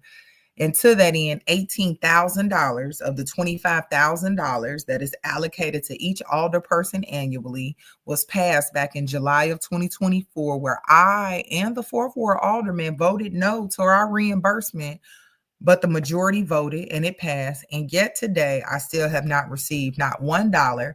Wait, And I mentioned to wait a you minute. You today, mean to tell me that they voted to reimburse you all, and even though you had some opposition, I mean, you and the other aldermen voted together. They voted for it, and they still didn't give you yours? 721 days later, this is 721st day later, and Wow. there's been nothing. And so, again, where are the dollars going, right? So I was already cognizant earlier on in our meeting that I was going to constantly be railroaded with motions to call the question. And again, you have to think alderpersons, the residents that are a part of 1, 3, 5, and 6, they have questions, I'm sure, right? From the tender age to the eldest age, questions rule our society. They govern our day-to-day quest in whatever we do in life. And so to think that none of those individuals are asking questions, just voting, that's a problem, right? We want people that fact find, that dig deeper, that want to know more. So that piece. Then, when we got to the resolution, which was the last resolution, prior to that, it was identified that the agenda was not labeled in the correct numerical flow. It went 1, 2, 3, 4, 6, 6, 8 with 7 missing. And 4th Ward Alderman Tracy Key pointed that out. And then the mayor went to tell the staff that they're going to have to take some remedial classes. I mean, how downtrodden. You don't put your staff down. You don't talk about their incompetence in a particular way. Those were not, correct things. And then following that is when we went into the 8th resolution, where we learned that there was a home being sold for $2,000 and the resident was present. And the resident attempted to sign in, but was 5 minutes past the time frame to sign in because the meeting had already commenced. And so I think about grace, right? You get a grace period on everything. I don't care if you're paying a mortgage, your rent, your doctor's going to visit your doctor. There's a grace period, grace registration. How could we not allow grace to a resident whose home is being sold, who's on a cane, who came to City Hall, who wanted to sign in for public comment, but was prohibited and told public comment was closed? And we Wait, Alderwoman, I don't mean to stop you. You mean to tell me a senior citizen, is this one of your constituents in your ward or somewhere? And they came to you, their alderperson, woman, the alderwoman, and seeking your help and your assistance in a situation, coming to the hall, to come into City Hall to the meeting. They refused to allow this person he refused to allow this person to sign in after the meeting was going on or whatever. And then when the issue came up, not now, you being her representative, so you're her mouth and eyes and ears. You're her representative, and you're up there stating the case for her because she can't do it herself because she missed the deadline of time. By being her duly representative of her ward, you mean they really did this to you all? Yeah, and I just want to address to Miss Penelope. I was just discussing earlier on, there was a resolution on the table for a real estate application at $25. And when I went to question that, I was met with a motion to call the question, which prohibits you to have a discussion or debate about the matter. So that's what that was. Fast forward, I knew that if I had further questions on 2, 3, 4, 5, 6, 6, right, which is really 6, 7, that I was going to be met with some type of authoritarian rebuttal. So I waited to number 8's resolution, where my resident's home in the Great Second Ward was being sold to a group of developers for $2,000. And so, yeah, she did not have the ability to speak about that. And, there's a backstory, right, which You all will learn more about that backstory, but the family stands with me. The family understands the plight. The family walked out, when both me and my mother were arrested. And Miss Allen, she'll be 89 years old next Oh week. my Could you goodness. believe that, the city at a time intended to separate her water lines, and she didn't abide by that within the certain time parameters, and the city actually cut her water off for over 60 days. Was she living in her home? Was she still residing in that property? She And still they were resides in the home. See, the home it's 2 lots, lot 1 and lot 2. In the okay. home, they stay in the coach house of the home. And then there's Mm-hmm. a house in front of, the coach house. And so Miss Allen is definitely going to share her story, but I want to get her. If you again, could get her for the future, we'd like to bring her on. absolutely. But I make the context clue to say that again, it must be something there, right? Because why would you prohibit any discussion or debate? We've already had many instances. I see Miss Poole Tingle on here, and major shouts to her and her family. But there are 2 homes left of the 16 that were moved from 153rd and Myrtle for a project that the mayor would like to commence a detention basin slated to support 209 homes with flooding. Well, I'll tell you, I'll say a 1 mile radius of the 153rd Myrtle Street block, there are over 50 abandoned and dilapidated properties. So, here we are. Here's the 17th person on Myrtle Street that's dealing with a housing issue at the hands of the city of Harvey. That's unfortunate, and something has to be done about it. And speaking out against it, you're 100% correct. You hit it on the head, Miss Penelope. It smells, it sounds, it feels like, some particular corruption. And I've gone to the city because what I do always intend in leading with fidelity, you must know all sides of the story.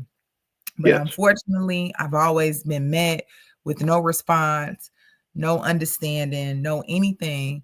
And, no family should have to, be dealing with issues of home ownership. This woman has been in her home for 27 years here on 155th and Myrtle. The Poole Tingle family, they've been in their home over 40 years, right? All these elders whose homes that are in question are over the age of 85. My God. And so this is a crisis, right? Because when we think about folks who came from the South, who landed in Chicago, who spread their roots out to here in city of Harvey, who, provided labors of love, sowed their seeds, created generational wealth for their families here in the city of Harvey, and for things to just be taken because people can write a couple sentences of legislation and then they have a majority vote on it without the minority voice being spoken, we really have an issue. And then when you think, because I'm not moving quick enough for the police, that same officer, Detective Magana, that's his 3rd time arresting me. There is a really big issue, and there's a lot to say there as to why things have to be so crass, heinous, and brutal, all simply because someone is seeking an answer, trying to comprehend and understand the process of what's going on. Let me give a programming note to everyone. Forgive me, Alderwoman. We're going to extend our broadcast. Y'all stay on as long. We're going to stay on and get this message out. Nobody's rushing us. We own the broadcast. And I want our panel, I know they sit there looking at me strange. I'm going to bring y'all in. Matter of fact, they're already in our queue. Alderwoman, I got a couple of other questions I want to ask you before we go, but I want to bring in our panel. Our co-host, Brother Lee Mack, he's here. Our chief contributor, chief commentator, he's here, and our guest panelist is Foxy 2 Roxy free with her. She has a wonderful platform, came in, and they're going to be participating with us. We'd like to, Brother Lee, you go ahead and give your good mornings and greetings to our wonderful guests and to our audience, and you can do the same also, Foxy, as we proceed. Great day, my sister, and new beginning. Good to see you, brother. Right. Miss Foxy, there you go. Good morning, Honorable Chapman. How are you doing today? Miss Chapman, she's speaking to you. Did you hear her, Miss Chapman? She's. You can open your mic, Miss Chapman. Okay, if you. I don't know what happened. Wait a minute. Hold on one second. I think. Let me get this. Okay, there you go. Okay, wait. Let's do this again. All right, say something now, Alderwoman. Hello. Yes, you're on. Okay, they were speaking to you. I'll go ahead and speak again so she can hear you. Oh, no problem. No, that was something else. Go ahead.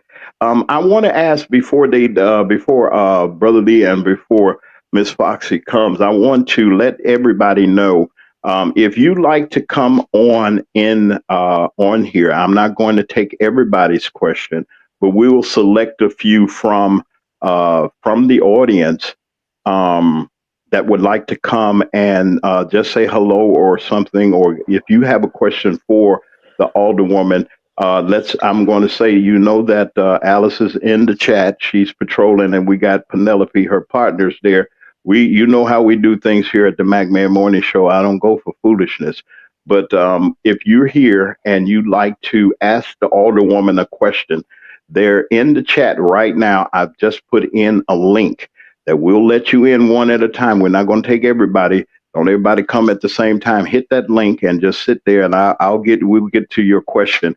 I want to bring our panel in, Brother Lee and Foxy. Y'all come on in, and we'll give you, Foxy, the first opportunity to greet and ask the Alderwoman a question. Go ahead, Foxy.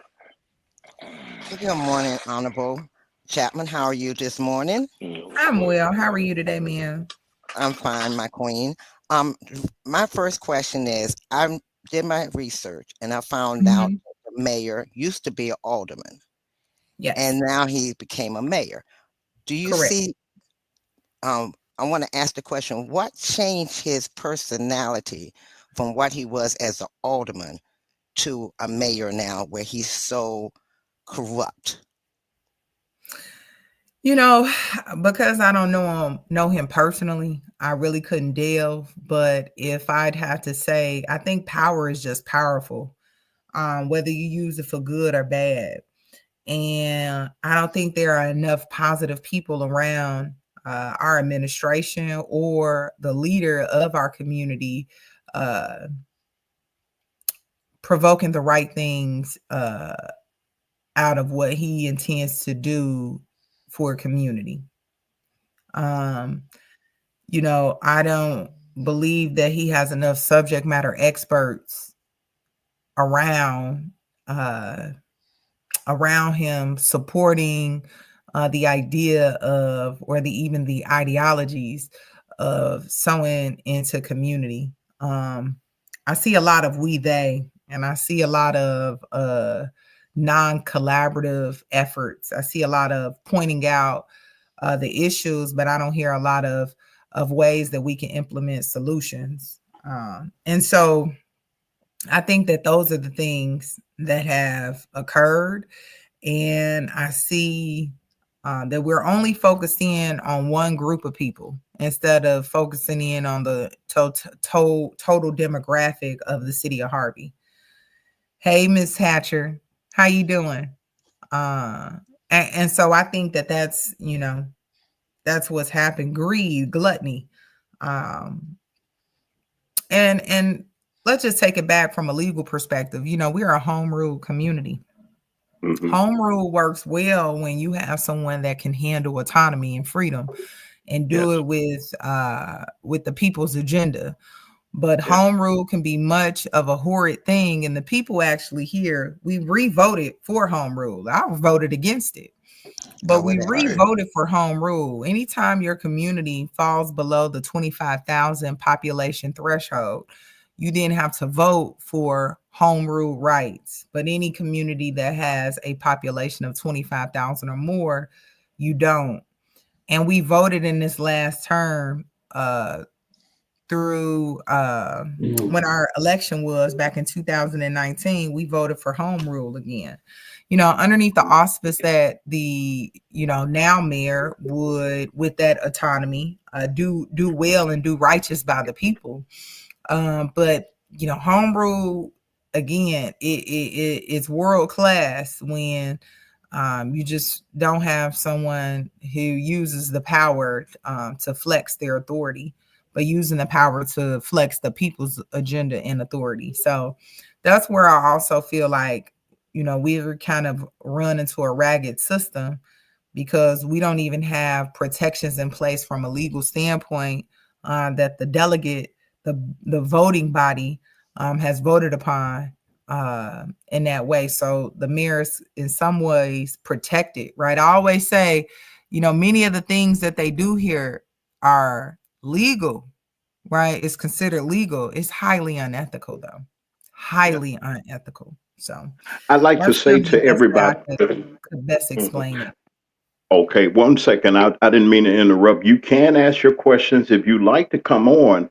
Hit that link that I have on the screen now. I saw Ms. Chapman wanted to ask. You can ask your questions. You can either ask them in the chat. We'll put them on the screen, or you can come in. We do have that link that's right there for you. We're not afraid to allow. This is for the people. It's for your information and your inspiration, and you feel free here at the Magman Morning Show to ask your questions of the Alderwoman, if you like. Continue, Foxy.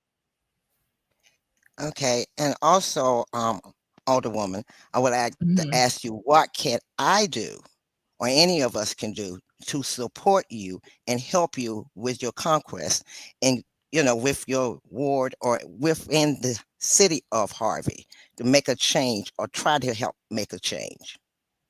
Well, one, I want to just say you're already doing it. Having the opportunity to be brought on. I know you all have also spoken with Chappelle and continuing to tell the stories of the many sheroes and heroes here in Harvey that haven't been able to have their story told on a platform. I think that's really important. So if we can continue just reach one to teach one, and using our collective efforts to voice our opinions about, different things that are going on. I think this is the base where it starts. We welcome you to the city of Harvey. Our meetings are every second and fourth Monday of the month, typically 6 p.m. for our finance meeting, and then 7 p.m. for our city council meeting. And we'd love to have you all a part. Anytime that an opportunity presents itself for you all to come out and just experience things firsthand, I think that hands-on approach is most necessary. It's most needed. It really, because we're discussing it and then you may see it on video, but it's nothing like being there, being present in the moment, and having the first-hand witness or first-hand testament to these issues. So, and even when we're, there's some great positive things, that each of us in our own capacity. I mean, this Saturday, I'm going to a paint event that the Pool Tingle family is hosting with the Park District. And so there are great things going on here as well. There's just not, bad things, or like Miss Robinson just tapped in, and she's an amazing facilitator out of Chicago State University that has assisted us with 5 cohorts of individuals who've gone through digital literacy workshops and have graduated and earned laptops, for free at the end, and home dial-up internet for free. And so that's held or been held every Wednesday at our second ward office. And so, all these things are, just different community events that we're having.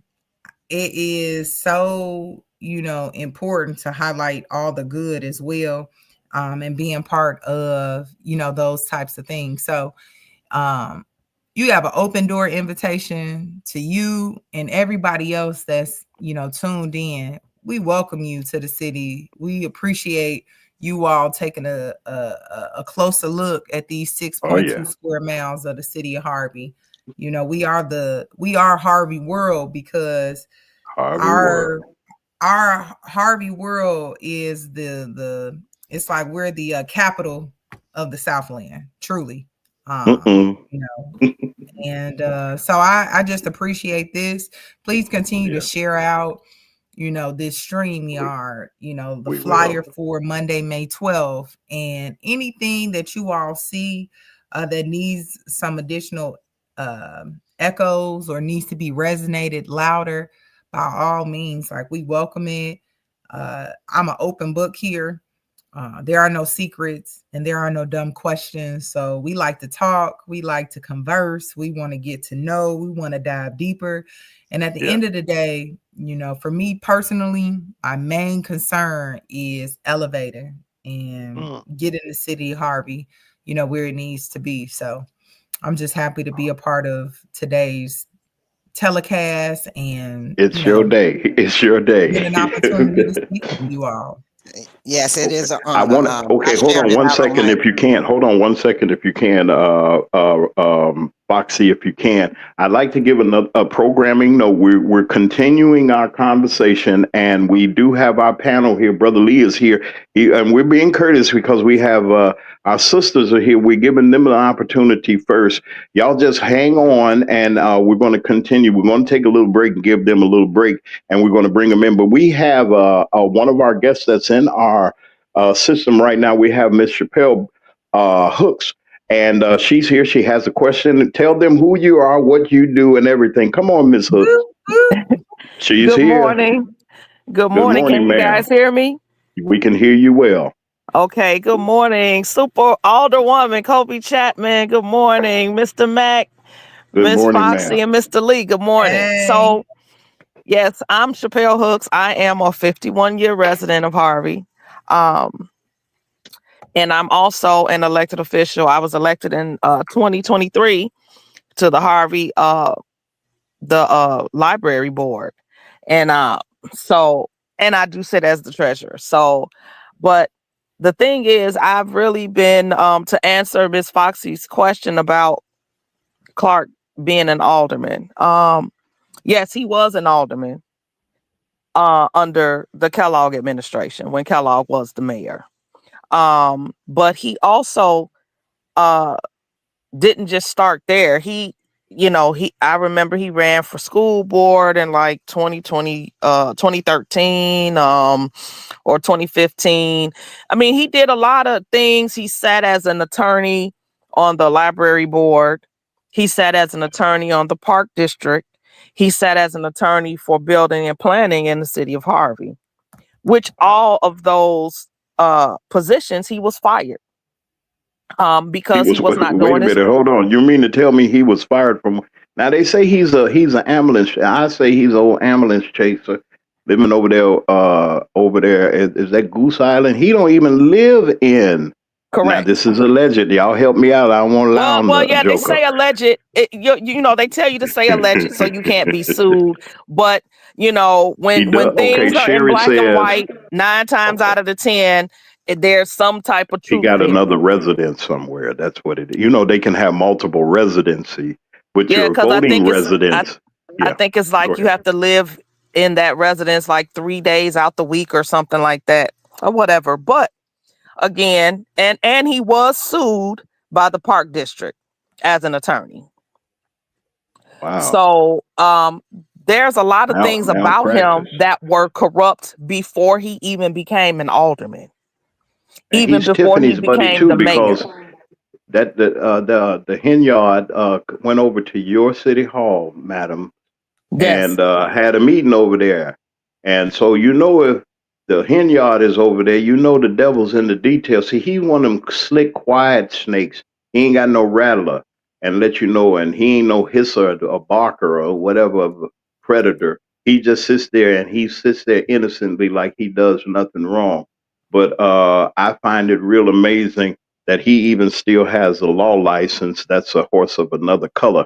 Let me bring you in, Brother Lee. Stay here, Miss Chapman. Miss Chappelle. Don't go nowhere. Y'all stay here. Come on, Brother Lee, our co-host. I'm sure he has something. Come on, Brother Lee. Well, great greetings, everyone. I'd like to say I don't have a question. I just have a few statements here. Yes, it would seem like it's a land grab. It seems like it is a land grab. He's taking advantage of the senior citizens and the less fortunate, the voiceless. And it would seem that way to me. This goes on in every town and every community that you would think, because they'll take advantage. For him to let the developers come in and snatch property, I don't care for what amount, but to come in and not give this citizen of Harvey an opportunity to keep her home and to live in her home. She's seen Harvey change over the years and over the decades, and for her not to have a voice, and not for that mayor to stand up for the smallest and the most voiceless of people in that community, that shows that he's not in the best interest of that community. And but see him, it's, you guys can probably get together and put a petition and have that recall come up, and rather than wait for this thing to play itself out in his whole term, I would knock on doors and I would get some signatures and I would get this thing overturned. I'd get him out of there. That's things that you can actually do. You don't have to sit there and listen to this, to have him remove anyone from that room at that meeting. That's a meeting, that's a public meeting. And for him to use the police force to at his beck and call, to have them enforce something as obnoxious and obscene as that, is crazy. He has to pay for what he's doing and not have to wait for the term of his office to come to an end. That's what I have to say. Is there a recall mechanism in your ordinances, or does the state have a remedy for recall for your particular city, size of your city, Alderwoman? Yeah, those things are And I all know done. that your time is limited, but go ahead, ma'am. But again, I appreciate you. You coming back now? You might well get ready. You go come back. We got to have you back. And you gonna come here. I got to come to right on here to the Great Harvey. It's a lot of Mississippi folks there. I told you my mama from Natchez. So. Watch out now. Watch out now. Right. Y'all don't get mad at the Alderwoman. She from Mississippi. She got Mississippi in her, y'all. Y'all watch out now. The SIP. Those are the roots. That's where I get that social action spirit from. Them civil rights action spirit. It's all from now. Y'all heard it. My great. Y'all heard it first, right? Y'all heard it first right here. The Alderwoman got some Mississippi blood in her. Y'all better behave. I had to call my people from the north to come and help me in Mississippi if I needed some help. But what I want to do, and she supports us. She's a supporter here. I wanted to give her an opportunity. Ms. Chappelle, if you stand by, you can continue to help us with the conversation, if you don't mind, Alderwoman, for her to be a stand-in for you, because your schedule is heavy. You do have things to do. She got a black job, y'all. If y'all know, that's the right, she got a black. Yeah, you got one of them black jobs, and she got to go. And she's not one of them rich politicians that she can ride around chauffeur-driven limousine and go around and look at the peoples and things. She actually works in her community. She serves her community. She serves the young people, everybody there. It ain't that she has no support. We're just calling the army together, and we're letting everybody know, and we're serving notice, yes, on City Hall, that Alderwoman Chapman is not alone in her quest. We will broadcast every meeting on this channel that she participates in. Anytime that she walks into City Hall for anything that's streamed, or anybody has a camera or anything, let me know, and I'm putting it on the air. See, it's a good thing about owning your own show and being independent media. And that's why I'm asking you all to support us. We can go anywhere. And with the skills I have from Columbia, they taught me how to get my interviews and things. But don't worry about me. We want to make sure that we support the Alderwoman in her quest as she sets out. Now, somebody asked a question that I wanted to ask, and I'm going to ask it anyway because I'm just James Mack. That's just me. I'm going to ask. I want to know. This man has to go. Y'all know this man has to go, and he shouldn't be mayor or anything. Alderwoman, I'm going to throw it out here, everybody. Before I throw this question out, when I throw this question out here, I want y'all to go look at the bottom of the screen. We need your support to support causes and people that need media access and access to media. You'd be surprised that how much access that you would have, which is little to none that they would give when they were doing the Dalton thing and when Sherry reached out to us. And all of the here come I'd rather strike the match and start the fire and y'all just keep it going because we're here to bring information and inspiration to everybody. And wait a minute, I'm trying to find that flyer that I had for everybody that I want you to pay very close attention to. I can't put any stronger emphasis on this upcoming meeting on the 12th of May at 6 o'clock. I'm going live on the air. And afterwards, after the meeting, we're going to see if we can get the Alderwoman to come and give her commentary about what's happening. We need at least 100 people. I'm asking 100 people in the Harvey area. You all in Dalton, Sherry, go on ahead and shake them up. That means every elected official. That means everybody that was voting and hollering and had us over there doing what we did. You see the success that they had. It took a lot of people to come together, outsiders like myself and others, to come together to help the Dalton situation. Now we need to go to the capital of the Southland, and that's Harvey. And Harvey will rise again. You can't keep them down. Harvey United, Harvey World, we're all a part of it. Just because we in Mississippi don't mean that we're not a part of it. We want you to support the Alderwoman as she does and go on her quest to do things. We have Miss Chapman Miss Chappelle is going to be here. I don't know why I call both of y'all. That's Miss Chapman's the Alderwoman, and the treasurer is Miss Chappelle. We want Miss Chappelle to stick around. Alderwoman, give us some parting words. We know you have to go. Can you give us some parting words and things and any instructions you like to give to us regarding this upcoming meeting and what we should do? You know, we're here. And I'm going to put it out so everybody will be able to see it in the South here. We're going to see the meeting and we're going to be able to comment. And she's going to give us a post analysis of that meeting on that day. But the floor is open. The Magman Morning Show red carpet is out. Give your parting words to your audience, and thank you for coming by. But come on and speak your words. Say what you have to say, sister. Well, I first want to say I'm glad you didn't motion to call the question. We got some I'd have threw him out. Right. We got some motion where we all Yes, get to ma'am. talk here. So I really like Yes, a platform where individuals can speak freely with a ton of autonomy and just provide, you know, what their feelings and emotions are. So thank you for being an open vessel. Thank you for serving and rising to the call of action when you saw that this was something that had helped, you know, happen to me. I appreciate you stepping up and being loud and proud about it and opening the opportunity for all to speak.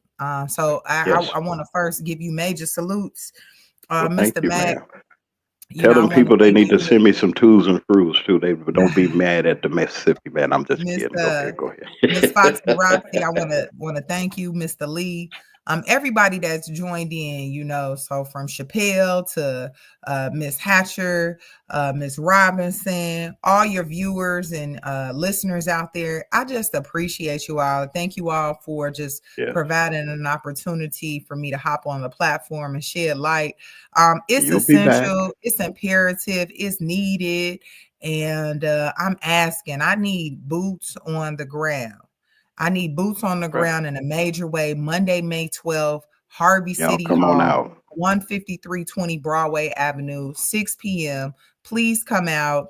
Tell a friend to tell a friend. We want to show union. We want to show that connection, community, camaraderie, and change that I spoke about earlier. We want to show that we have men and women who stand up to crude and crass acts in our governance, and we want to demand for change. We want to demand for oversight, and we want to demand transparency on this administration, because the next 720 days, as we just came out of marking the second year as the second ward alderwoman for myself, as well as every position, we want people to become more radical and energized about being involved on the local level, what that means to our trajectory as a community. And I just want to tell everybody to stay on your P's, which is proactively provoking your passion. I have found my lane. I like that. I like that. Dedicated to what this social action looks like. I'm going to stand 10 toes down and one up, like my auntie Joyce Chapman used to always say. And I've dedicated my life to service. And at my tender age, I just hope to aspire to inspire. And I'm just thankful for all who are watching, tuning in, having conversations, sharing it on your social media platform, because together we're better. Literally, TWO, got to show it out. No club for the second ward, but together we're better. And I need you all. I certainly cannot do this alone. And if you want to go far, you need a group of people who are adamant and dedicated to the same, thoughts and ideas as you. So please pull up, please pop out, please be a part, please show that you stand against issues that are abhorrent, crass, crude, and should not be allowed and totally terminated in our city of Harvey governance. And with that, I would just want to say a happy Mother's Day. I just want a major shout to my personal Shiro, right? I put up a Facebook post the other day. I called out for my mother. I called out like any child does. I called out for my mother when I was at the jail cell, many jail cells down from her. And I just said, Mom, I love you and I'm sorry for this. And she told me, girl, I don't want to hear none of that. Start praying Psalms 23 right now. And it's something about the strength of a mother that's just unwavering. So to all my mothers here on today, I salute you. I salute your Shiro-ship. I don't know where I would be today without my amazing mother, Deronda Powell. And I just thank her so much. And shouts to my daddy too, Charles Chapman. But wow, my mother is just so strong, and I love her and I thank her. And I appreciate you, and I'm looking forward to coming back on the show. We want you to bring her back with you. Yeah, we want you to bring her with you. Absolutely. We like to hear from her. Yeah. And just thank you all so much. I hate to run today, but I know you have to go. All, so, but thank yes, you ma'am. so she got to get to a black job, y'all. Listen, that's I don't know why I keep calling you Congresswoman. You speak that. See, make me nervous. That's Chappelle. You a soror? What? Okay, declare your sorority. I mean, your honor. What are you? You are who? Delta Sigma Theta sorority. Watch out there in Mississippi. This is Delta country down here. You in the Delta. All righty. Okay, all you Deltas, you red and whites, y'all know now. Y'all get on y'all get out here and support. We're going to support you. We're here.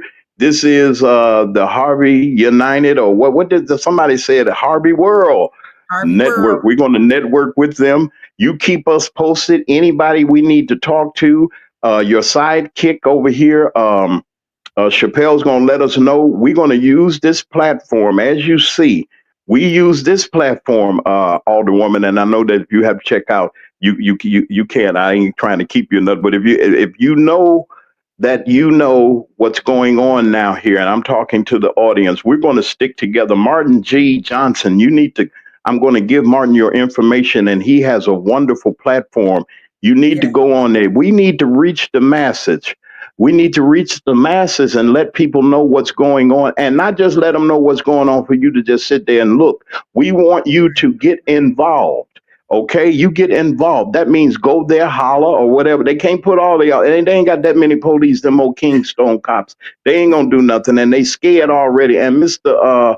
Man on the dais, I want to say something while I got the Alderwoman here. You open up a can of whoop ass and everything else. We ain't gonna play with you.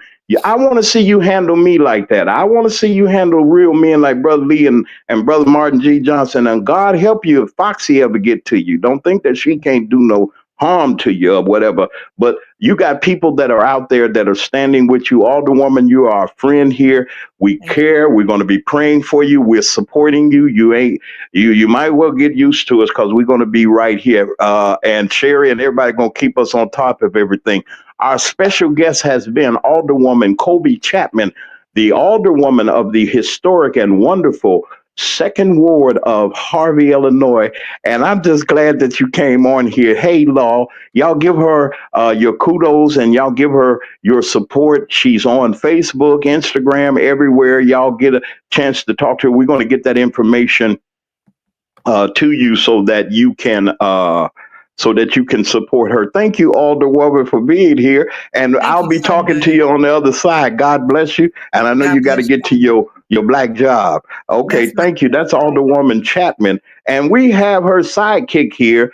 And we're going to bring the treasurer on. Come on, Miss Chappelle. Where are you? Miss Chappelle Yes, Hooks I'm here. is here. And she patient and she ain't shoot at us or nothing. But Chappelle, my question this is an extended version of the MacMan Morning Show. Those of you that are in the chat and those of you that are listening, I want you to just pay attention to this wonderful woman that brought to the attention of her friend in Dalton, and her friend in Dalton hit me upside the head and said, James, you got to look at this. And once we did, I'm glad that we did. And thank you, Alderwoman, for coming on. Chappelle, what in the world is going on in your neighborhood around there? What in the world? Why is this man acting a fool like he's acting a fool? Well, one thing I've learned is that a person is only acting out the person that they truly are. Or they truly, was already. This is him. Being a mayor doesn't change who he is. It just gives him more of a platform to show who he is. He was already, corrupt and ignorant before he even became a mayor. Before he became an alderman. But what people don't know, and he does not, he always brings up Kellogg. Oh, this happened and Kellogg, and he still blames everything on Kellogg, but you're in your second term, but everything is on Kellogg. But what he failed to tell people is that when he sat as an alderman, he and 3 other alderpersons banded together to incapacitate the city. They literally met at the Alderwoman of the First Ward, Shirley Jawinski's house, and it was recorded because we heard the recordings. That they were planning to incapacitate the city. They said that they made a pact that they were going to vote no on everything. They missed 18 meetings so that there could not be a quorum and they couldn't have meetings. So the reason why Harvey is in the state that it's in is because of his help as an alderman is why we're here. They voted no to everything. That's why we don't have a grocery store, because they voted no to it. They voted no to Cook County giving us the CBDG money, which would have been funds to help, fix the streets and things like that, the infrastructure of the city. They voted no on plenty of businesses like we were supposed to get Ricky Rockets. They wanted to come. They voted no. See, a lot of the businesses that wanted to come when he was an alderperson, they voted no. So now we're in this rut where we have no businesses to sustain the property taxes. And then on top of that, now he's been eliminating a lot of businesses with his thing now that he has. If the business, like if you have a business in a building that owes property taxes, he won't give you a business license. And to me, that's not his lane. He's not Cook County. And, so he's taking it upon himself to not give these people business licenses. based on a place that you rent. I mean, you have no control over the person paying the property taxes, but now you're taking services and resources away from the community. You and then he has this agreement that he offers to them that even though I'm not going to give you your business license, what I'll do is you pay me $2,500 per month and I'll let you operate your business. Still Wait a without a minute. license. Hold it. That sounds like, what does that sound like? He wants some kickback. Extortion is what it Extorting the sounds people. like. Say, you want to stay in the business, you give me these twos and froos, or you don't get no business license. Now, wait a minute. Let me ask you this before I forget.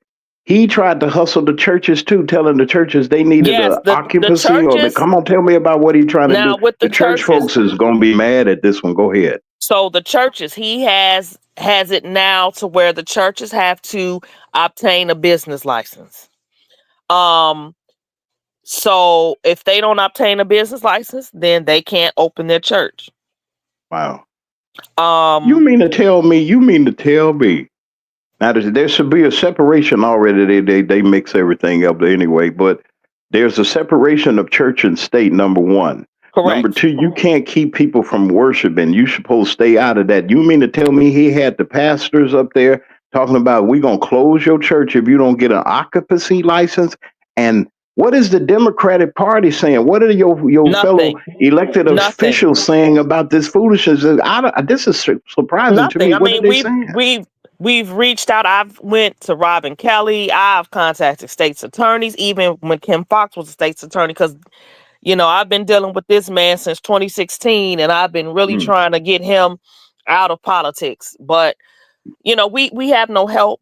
No one wants to come and step in. I mean, and I get it as far as they look at us because the voters turnout rate is low. So they don't care either way because I guess they figure we vote or we don't vote, it don't bother them. It doesn't. But still, we are people that work, pay taxes, you know what I'm saying, that deserve to be treated like anybody else in any affluent community. Now I'm looking here, and you know Sherry. I know you do, and correct, I want to. I'm that's pretty my sure girl, y'all yes. gonna get together.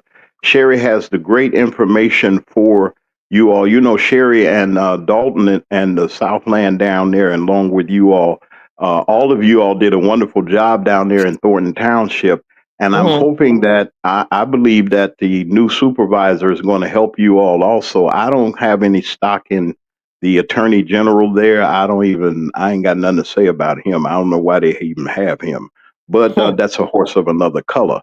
But my whole concern is, Chappelle, is the danger that it presents dealing with these people. You got thugs and you got people that are out there that will do his bidding because he has his thug wagon. That's what I call him and his escort car. If you wasn't doing so much wrongdoing, what you need bodyguards for? What do you need bodyguards? If you're a lawful mayor, now I know that there's some security concerns with elected officials. Okay, that's that. The normal stuff, people talking crazy and trying to do something or whatever. And the police will handle it, hopefully. But this is an inside threat that you come at an elected official. That's spooky. So the meeting. Were you at that meeting when the alderwoman was escorted out by the Keystone No, I wasn't. Cops? I had to work that day, so I wasn't there. But I saw the videos and and it's just ridiculous. But I'm usually at the meetings anyway, and I see how he treats her. So and it's crazy. But I have to tell you this: I have an appointment at 11 o'clock, so I do have to. Yep, I have to go. But I would love to come back on you will come when back. Colby comes You are back. invited. No, either way it goes, I know that you all have some hectic schedules. We went over, but that's okay because I was telling our audience on yesterday we might have to go to a 2 hour type of thing because it gets good when you get these types of. And I know you got to go, but Chappelle, you already know you already plugged in, and we got you covered. Please keep us informed on what's going on. Stay in touch with Sherry also because I'm really sure. Stay in touch with her because she has some wonderful information. And we know that you have to go, but hey, you're always welcome here. You're part of the family now. Mississippi hears you, and Tennessee and Alabama too. Y'all fool around, come down to Reds and have some fun down here. We're gonna have to tell the Red. He's gonna be the new mayor of Clarksdale, Mississippi. We're going to talk about that a little bit later next week. But thank you, Chappelle, for being here. I know you got to go. So thank you for being here. Thank you for being kind. That's the treasurer. That's Chappelle. Chappelle, what branch are you with? You with the not branch? What governmental body is that? The Harvey Public Library.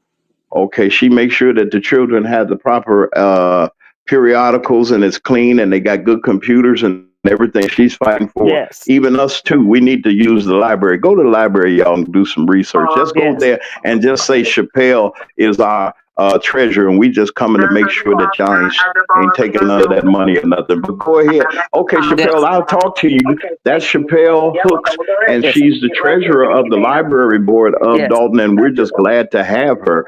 And thank you very much. I got Foxy 2, Roxy 3, and I got Brother Lee that's still here. We got about 8 or 9 minutes on our extended version, and we just want to turn it over to them, and they'll tell us about what do y'all think about this mess that's going on. I know it's everywhere, but it seems like we're back at the fight again from Dalton, and we're moving over, and they got a pope. I don't know what's going to come out of Harvey, but who knows? But it's interesting to see the things that are going on there, and we're going to keep this on the front burner. But our co-host Brother Lee is here, and our wonderful guest panelist is here. Foxy 2, Roxy 3. Y'all go ahead and you got the floor. Yeah, what do y'all think about this situation? If you could say either one of you. Well, I think about it is now I see where Tiffany got her ideas from and what she was doing. She was trying to do what he did.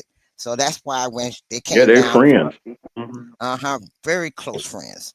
And so now it makes more sense on why she acted the way she acted, because she was trying to follow his suit and follow the way he was doing it. So she felt that if she did the same way he did, she can run Dalton the same way. But she was just too mouthy with her. She was loud with hers, and he's quiet with his. He's quietly destroying, and she making a lot of noise. She made a lot of noise. So that's all right though. On her so much, they won't pay attention what he was doing. So that made him more able to do what he wanted to do. Where it was so seclusive that nobody would have paid attention because they were so busy watching her. So basically, she was a distraction from what was really going on in Harvey.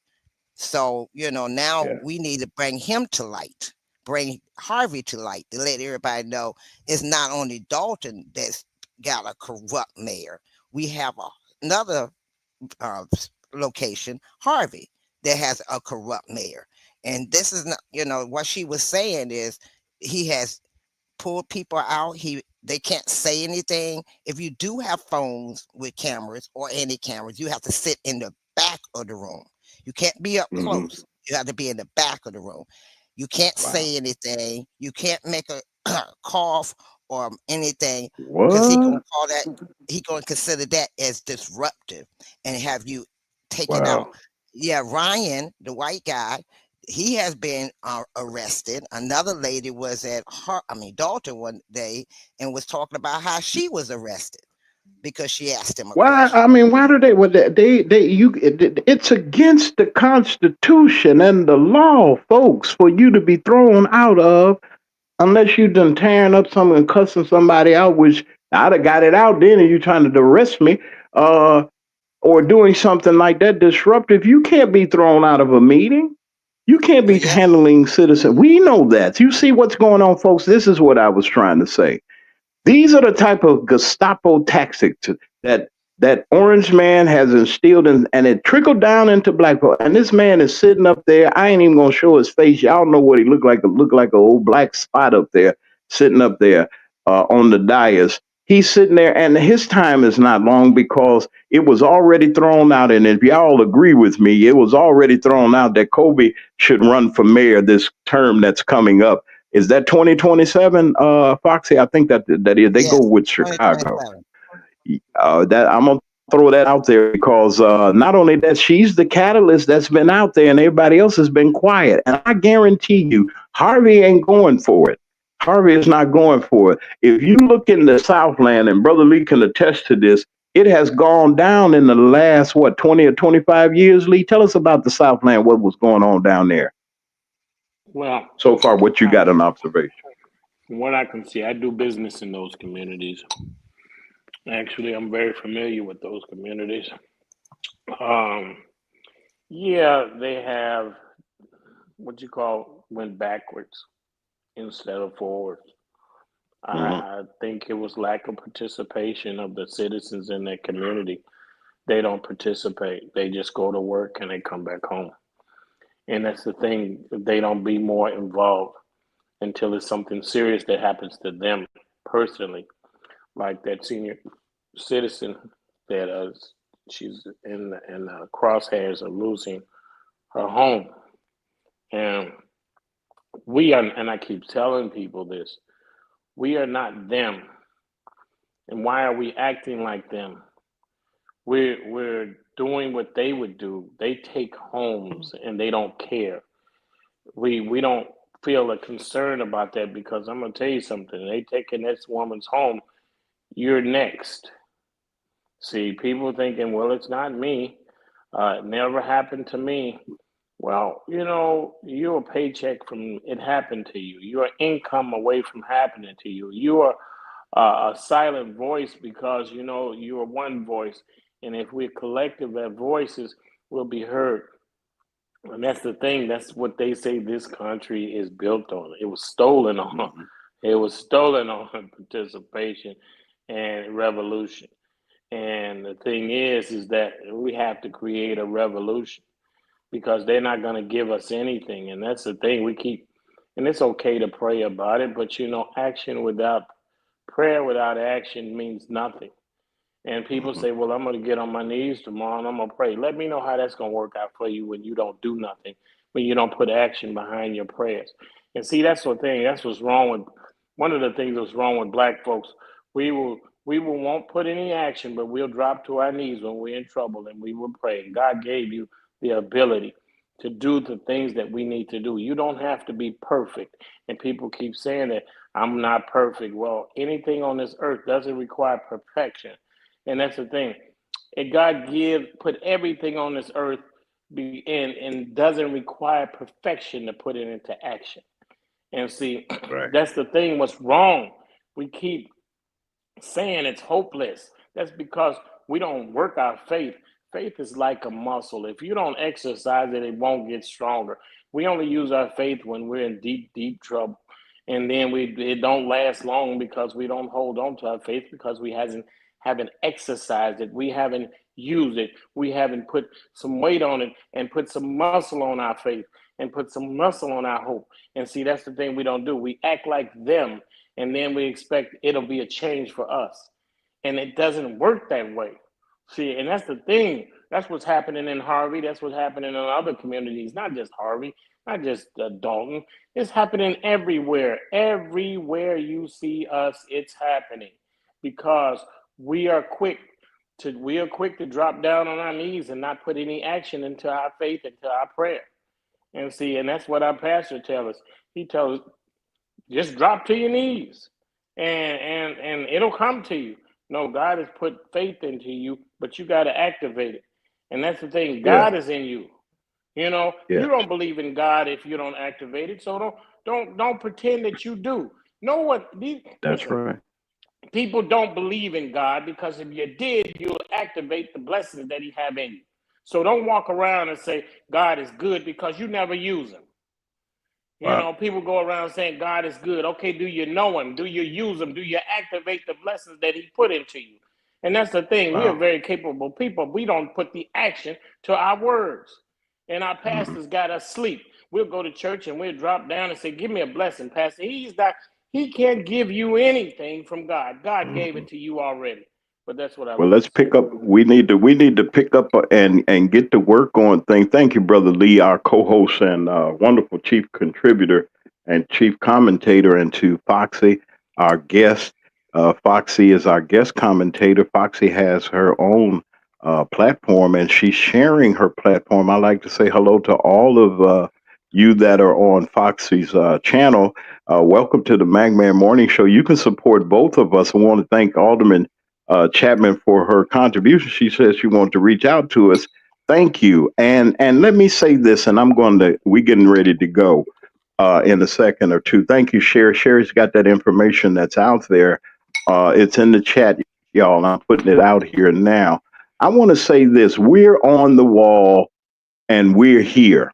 We're here to bring the information, and we're here to inspire those that are in the fight. And we're here at the Magman Morning Show. We may be here, there, or whatever the case may be in our network, but we're right on the pulse of the community. Don't fail to support us, to like our platform. If you like what you hear and you like the interviews that we bring, and I bring them, I just don't want secondhand information.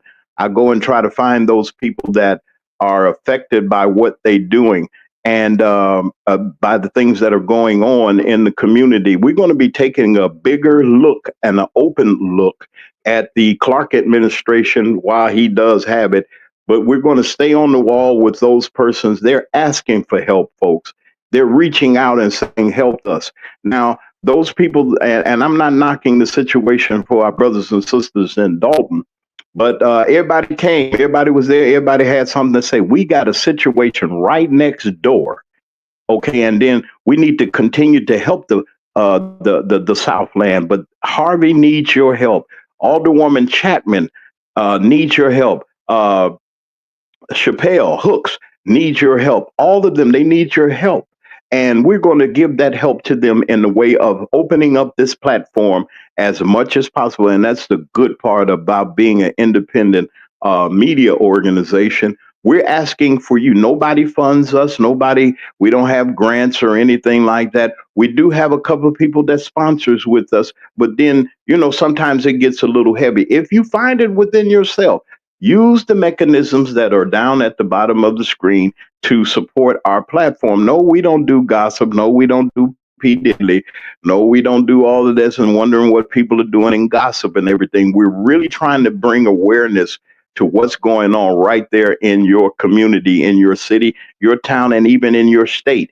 And I want to thank everybody for coming on and thank everybody for participating. It has been a wonderful broadcast this morning. I know we went over a little bit, but that's okay. I want to thank our panel once again, our chief correspondent and co-host of this, the Magman Morning Show, Brother Lee Mack.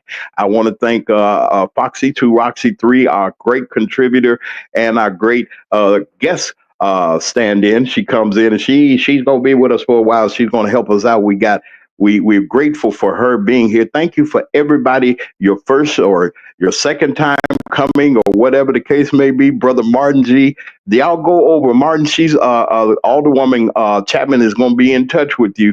And I told her, and let me tell y'all something about Brother Martin. Brother Martin, last night, I gave some information out that I should have checked.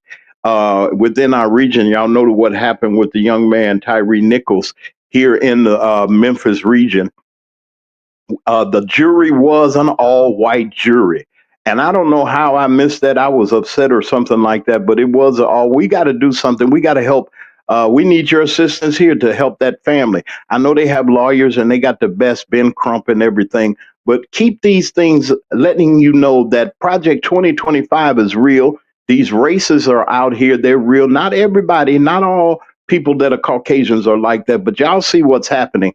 But you know something, the bright spot about it, we're on the wall. We're doing what we have to do. Listen, we're at the end of our program here today. I'm glad that we could top off our week just like this. Please support Martin G. Johnson, the crime chaser. He's up there in Chicago doing what he's doing. And I just appreciate my brother. He's a good brother. He's always reached his hand out to us, always supporting us. Y'all don't forget Brother Lee. Brother Lee, people whistling at you and stuff like that. I ain't going to go there. And Foxy 2 Roxy 3, our wonderful guest. Thank y'all for coming on. Listen, and to everybody that's in the chat, you see where we are. Like and subscribe to our channel. We're not going to burden you or anything like that, but we're just going to let you know where we stand. We stand for truth. We stand for justice.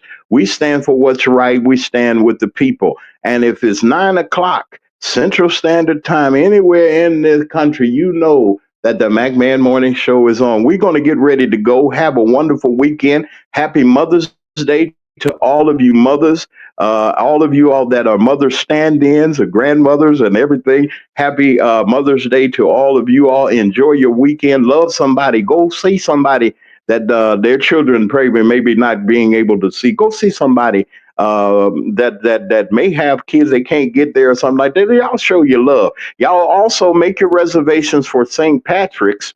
Those of you that are in the Dalton area, in the greater Cook County area, go to you make your reservations now because space and time is limited. I've heard from Miss Tiffany Kamar, and she's saying that things are going along well, but you know, Mother's Day, everybody's going to want to go to that wonderful place, St. Patrick's, and I recommend that you go. Brother Lee's going to go for us and tell us how everything checks out and everything. And y'all say hey to Tiffany Kamar over there because Lord knows she overcomes some circumstances and some situations that have happened there. Y'all go and support. Let's support each other. And you never know where your support might go. I'm James Mack. I am your host. I'm getting ready to get out of here and let y'all all go and do what you all have to do. Remember, love somebody. It is not going to hurt you to love somebody. So for Brother Lee, our co-host, our wonderful guest, Foxy 2 Roxy 3, and also all of you that work to make the McMahon Morning Show what it is. Thank you for supporting us.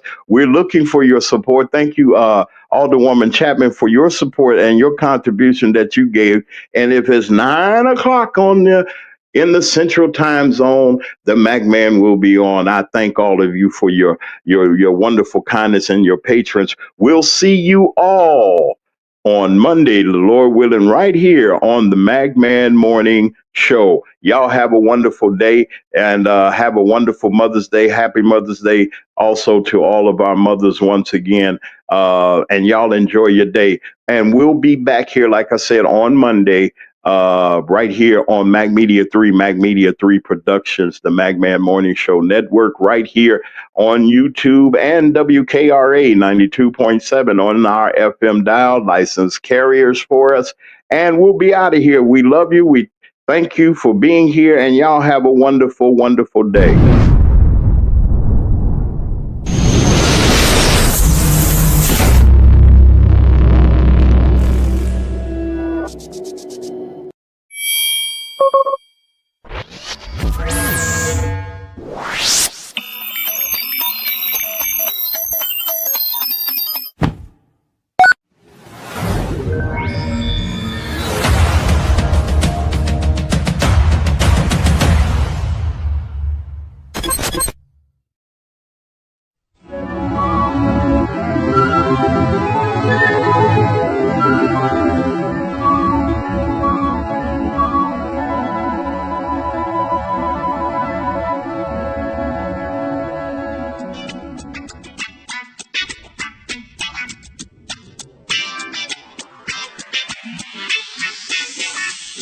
It's a rap,